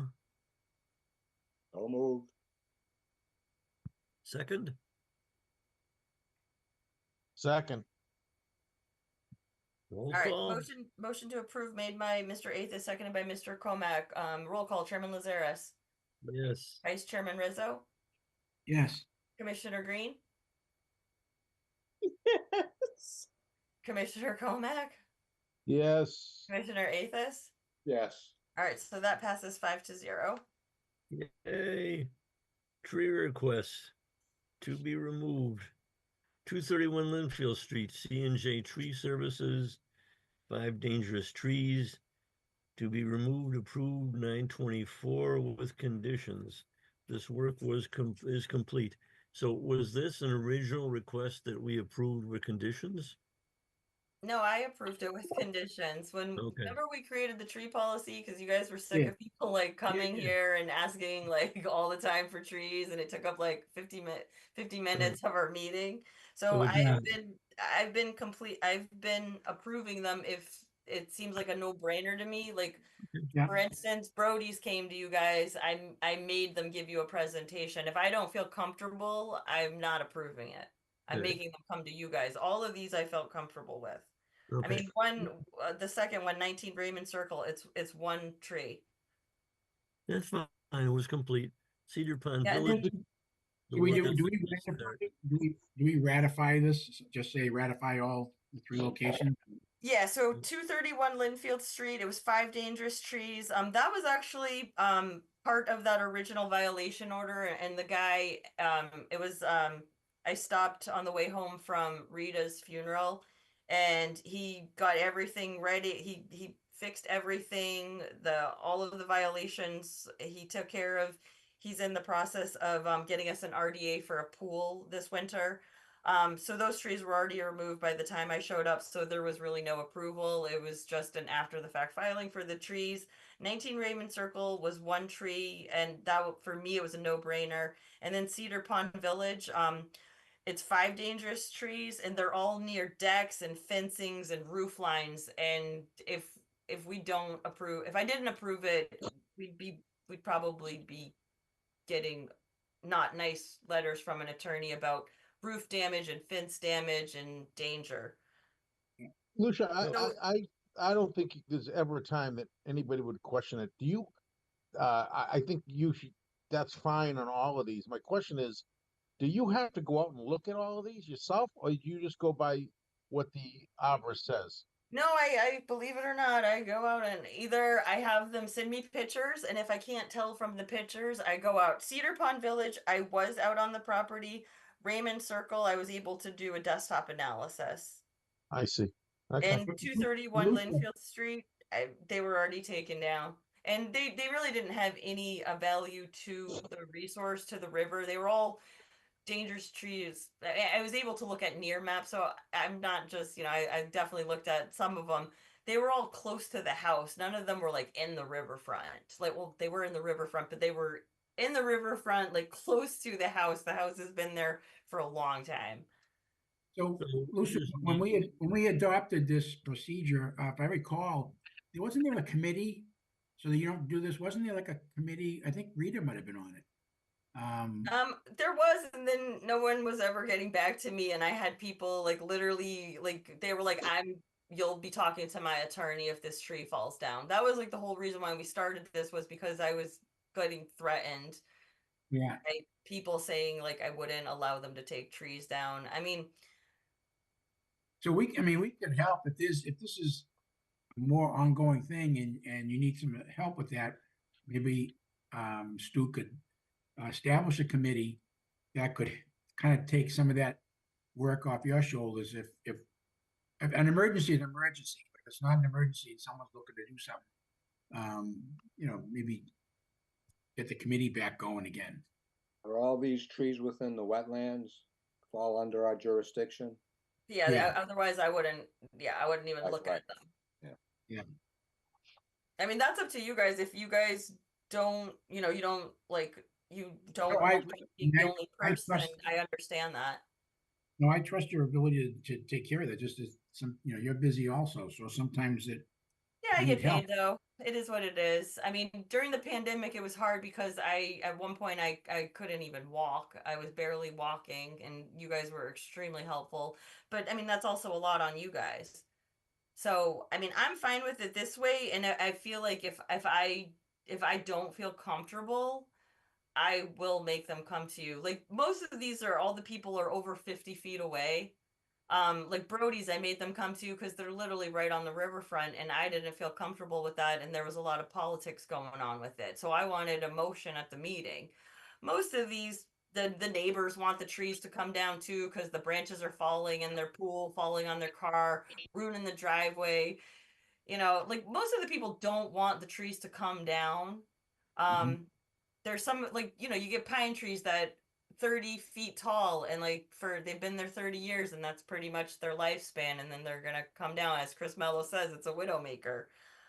So most of it's just stuff like that, and the ones that you just saw in that gentleman's backyard at 211, they're just really tall and like top heavy and barely hanging on. Okay. All right. Well, if you find yourself needing help, just yell. All right. I mean, if you guys want, like, I can change the procedure. Just what I've been doing was, I like this. All right. If you guys are okay with it, I definitely don't want to step on anyone's toes, but I also don't want to make people wait, like over a month if the tree's truly dangerous. Most of them, the people truly believe the tree is dangerous. It's not that they want like a view to the pond. Those are ones I would I would make them come to you guys. But most of the time it's like a child or a dog, or there's something, the roof of the house, and ants and rats and so right. do we have a motion to ratify those? Can we do all three at once? Three or one at a time? No, do You all can do three. them all at once. All once. I move approval of the tree request for 231 Linfield Street, 19 Raymond Circle, and Cedar Pond Village, 1100 Salem Street. Second. All right, motion to ratify made by Mr. Athis, seconded by Mr. Rizzo. Roll call. Chairman Lazares. Yes. Vice Chairman Rizzo. Yes. Commissioner Green. Yes. Commissioner Comack. Yes. And Commissioner Athis. Yes. All right. Before we move on to minutes, do we talk about 2 Central Street? 2 Central Street. What's going on with 2 Central Street? It's another after the fact filing. I don't know what's going on with the building software. We were going so good for so many years, and I'm not really sure if there's a glitch in the system or what. But they will be before you guys in January. I'm gonna for an after the fact filing. Right. At this point, I was hoping that they were gonna get on the December agenda, so I didn't have to waste my time drafting an enforcement order, but I guess I'm gonna have to draft an enforcement order telling them to file an NOI. So I talked to the engineer, the wetland scientist today. I can't remember. I think it was the engineer, because there's no wetlands. It's FEMA floodplain. Unfortunately, Tom St. Pierre gave another permit in FEMA floodplain in downtown. This one they do have a permit. I confirmed with that. I'm not sure why I wasn't notified, and I had to issue another cease and desist. And they will be filing an after the fact NOI, but they cannot make the deadline for December. I bent the deadline too. I gave them until this week, and they said they need until just sometime in December to submit the paperwork. So there's really nothing to, I mean, if you guys want to make a motion to issue an enforcement order for 2 Central Street, that might be good. Are they stopped totally now because we gave them a cease and desist? Well, it was only a verbal cease and desist. I sure hope so. I noticed when I drove by there today that the fence fell down, like they had a construction fence up around it, but it's also been really windy, so it might have just fell down because I don't think it was really up there substantially. You wanted a motion for what? Yeah, maybe you should maybe we should have a motion for an enforcement order. See, it seems that this is becoming more and more prevalent. We're seeing more and more projects starting without permits. And, that's problematic. So maybe we should issue an enforcement order. We had a site visit today, Lucia. And looks like somebody's building something out there and it's within the riverfront. It's within the. Wait, which one? What other one?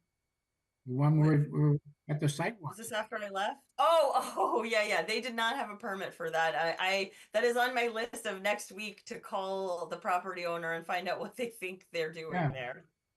And that's not a little project either. And these seem to be propping up more, and I think the city needs to know, of public services and the building department need to be more cognizant of some of the things that are happening around the city when they're out of sight. You can't see them.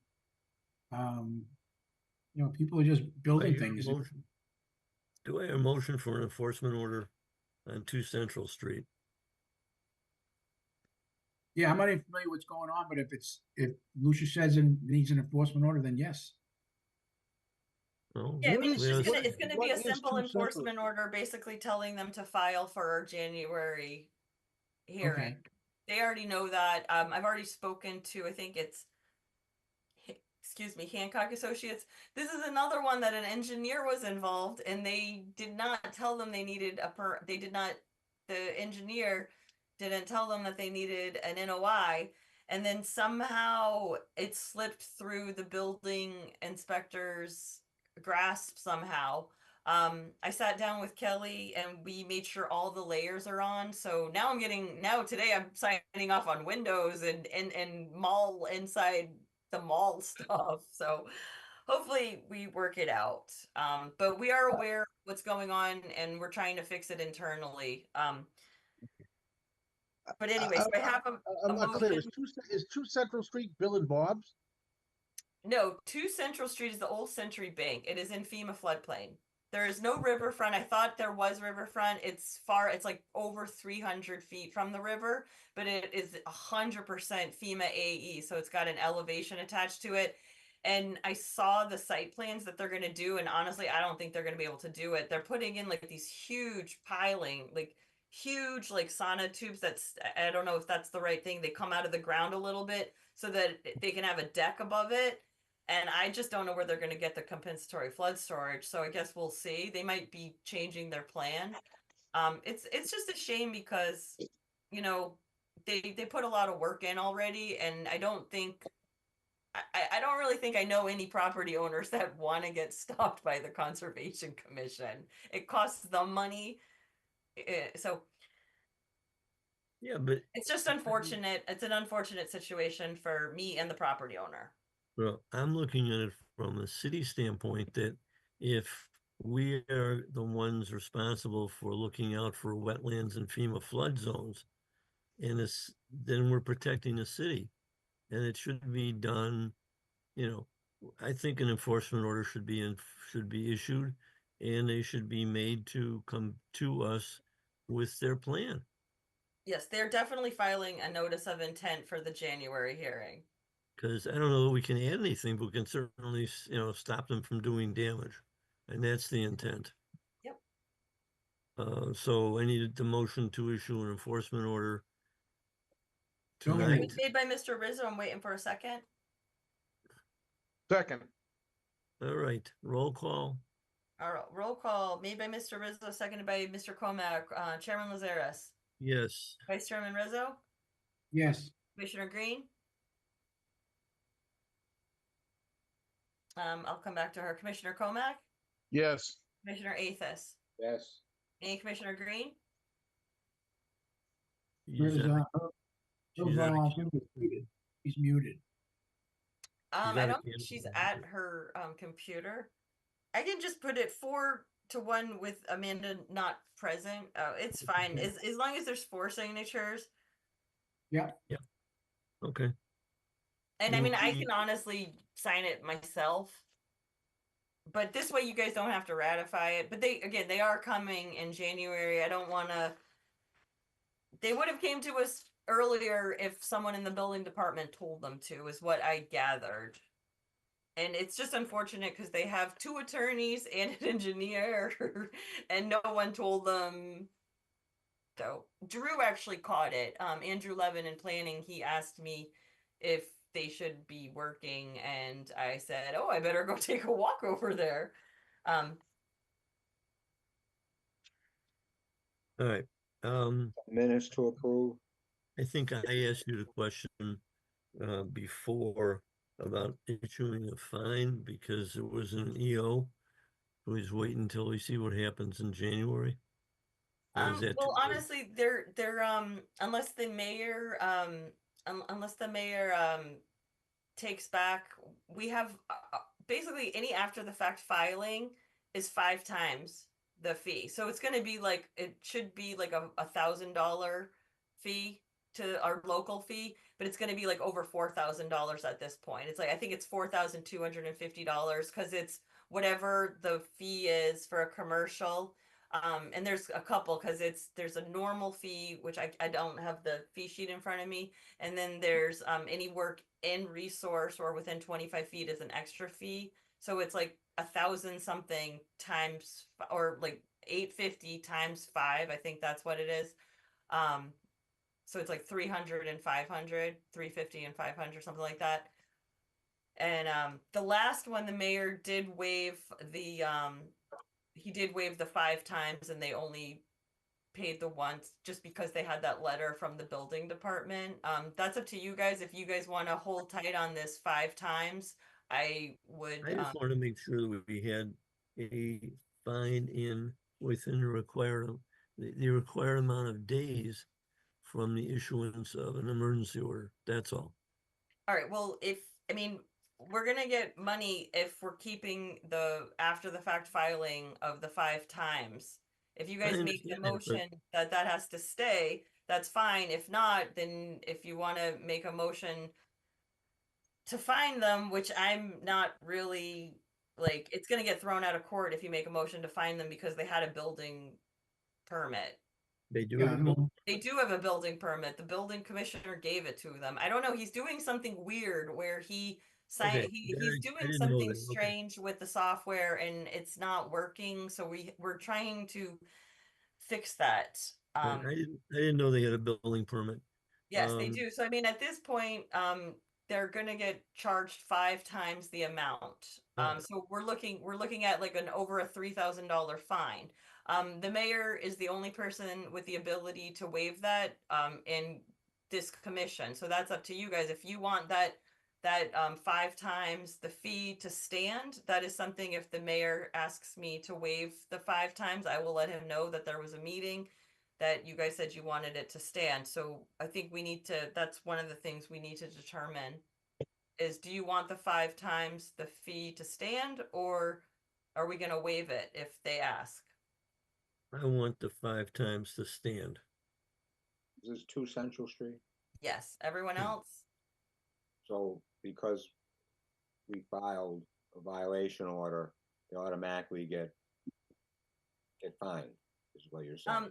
Yeah, so if they're filing for an after the fact filing, when you guys, I don't know if you were on the commission at the time. I can't remember how long you've been on the commission, Arthur. You were on the commission during the pandemic. 2 decades at least. Yeah, so during the pandemic, me and Stu revised the fees, our local permit fees, and because we were going off of like 24-year-old fees, so it was literally like $20 for an RDA, and like $50 for a certificate of compliance, and like people were coming in with 40-year-old certificates, and I'm like pulling like, so we revised all the fines. I did a lot of research for about I actually did research for probably like 5 years of what other cities and towns are doing. And I had this huge spreadsheet, and we came back into 2022 with new local permit fees.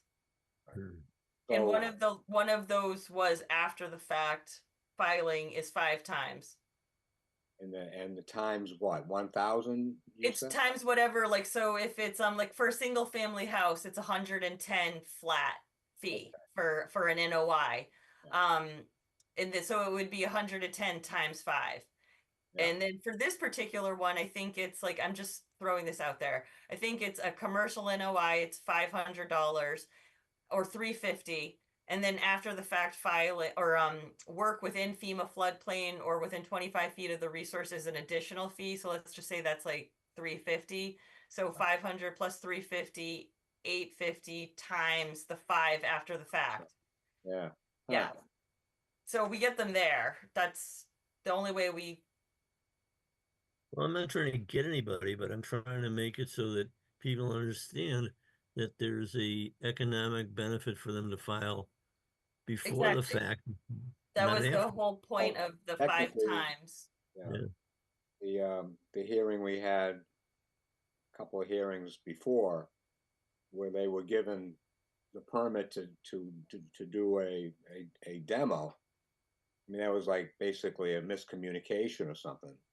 Yeah, those were I asked the mayor.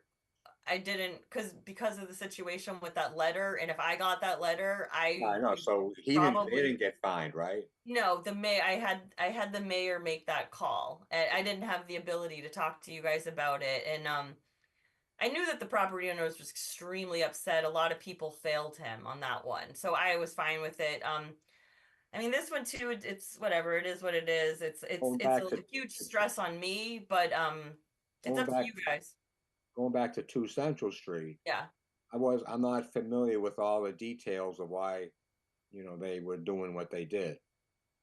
They did get a permit they actually have a permit, and I don't know what the building commissioner was thinking. I mean, it even talks about FEMA floodplain in the building code. So I don't know what the disconnect is. I'm not really sure what's going on. But we voted them a violation, so they're going to be fined 5 times. I mean, again, I'm going to issue an enforcement order. Yeah. So I don't need to have you guys ratify the enforcement order. If you guys do not want them to fine 5 times, that's fine. But Stu started talking about I'm not familiar with all the background information on it. Yeah, well, Stu was talking about fining them, so I was saying, well, I don't know if we should fine them, because the fine. We haven't fined them yet. No, and I wasn't planning on fining them. If anyone, I should fine the building commissioner. I thought we had. It's really not a fine. It's a different rate for an after the fact filing. So don't call it a fine. It's okay, all right, okay. Yeah. But Stu Oh, was it's- talking about me finding them, and I think if we find them under like our local ordinance, the $300 a day, I think it's just gonna get thrown out in court because the judge is gonna laugh and be like, the building commissioner told them to build, they build.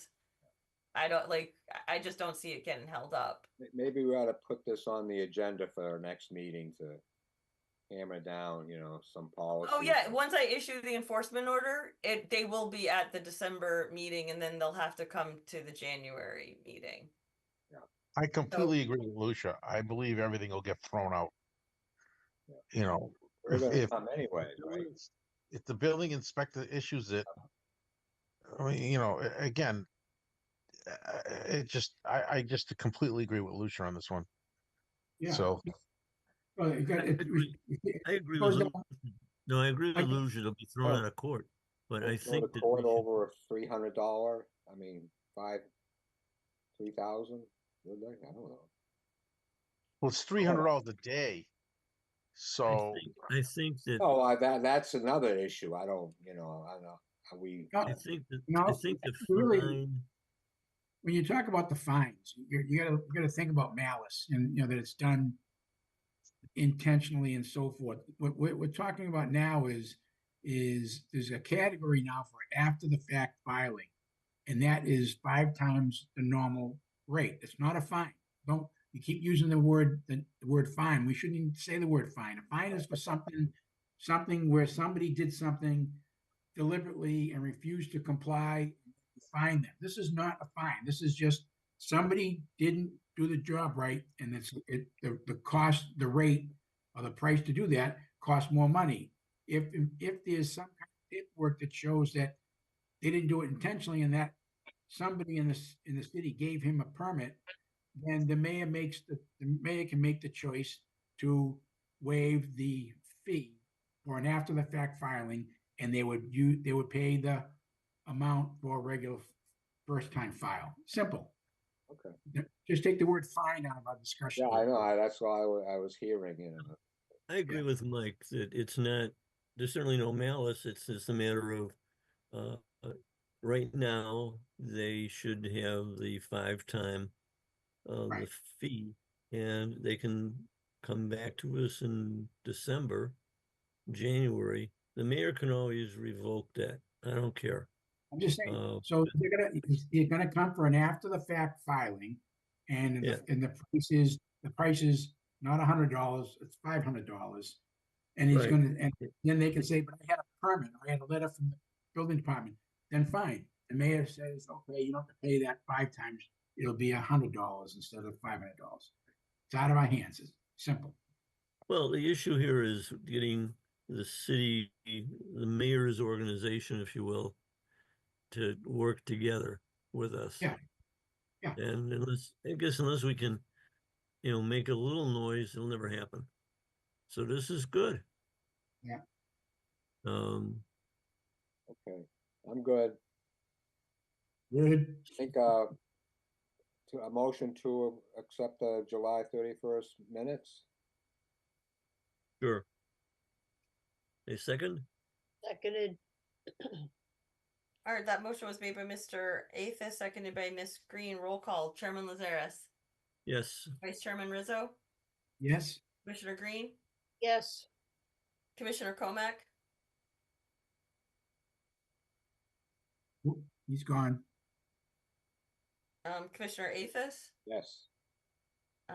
Okay, so that's 4-1 with no Bruce. All right. And Amanda, while you were gone, they made a motion to issue an enforcement order for 2 Central Street, and I just marked you as not present. My dog was stuck in the bushes. Oh, I'm just gonna leave it that way. So it's no big deal. Your name's just not gonna be on the enforcement order. Okay.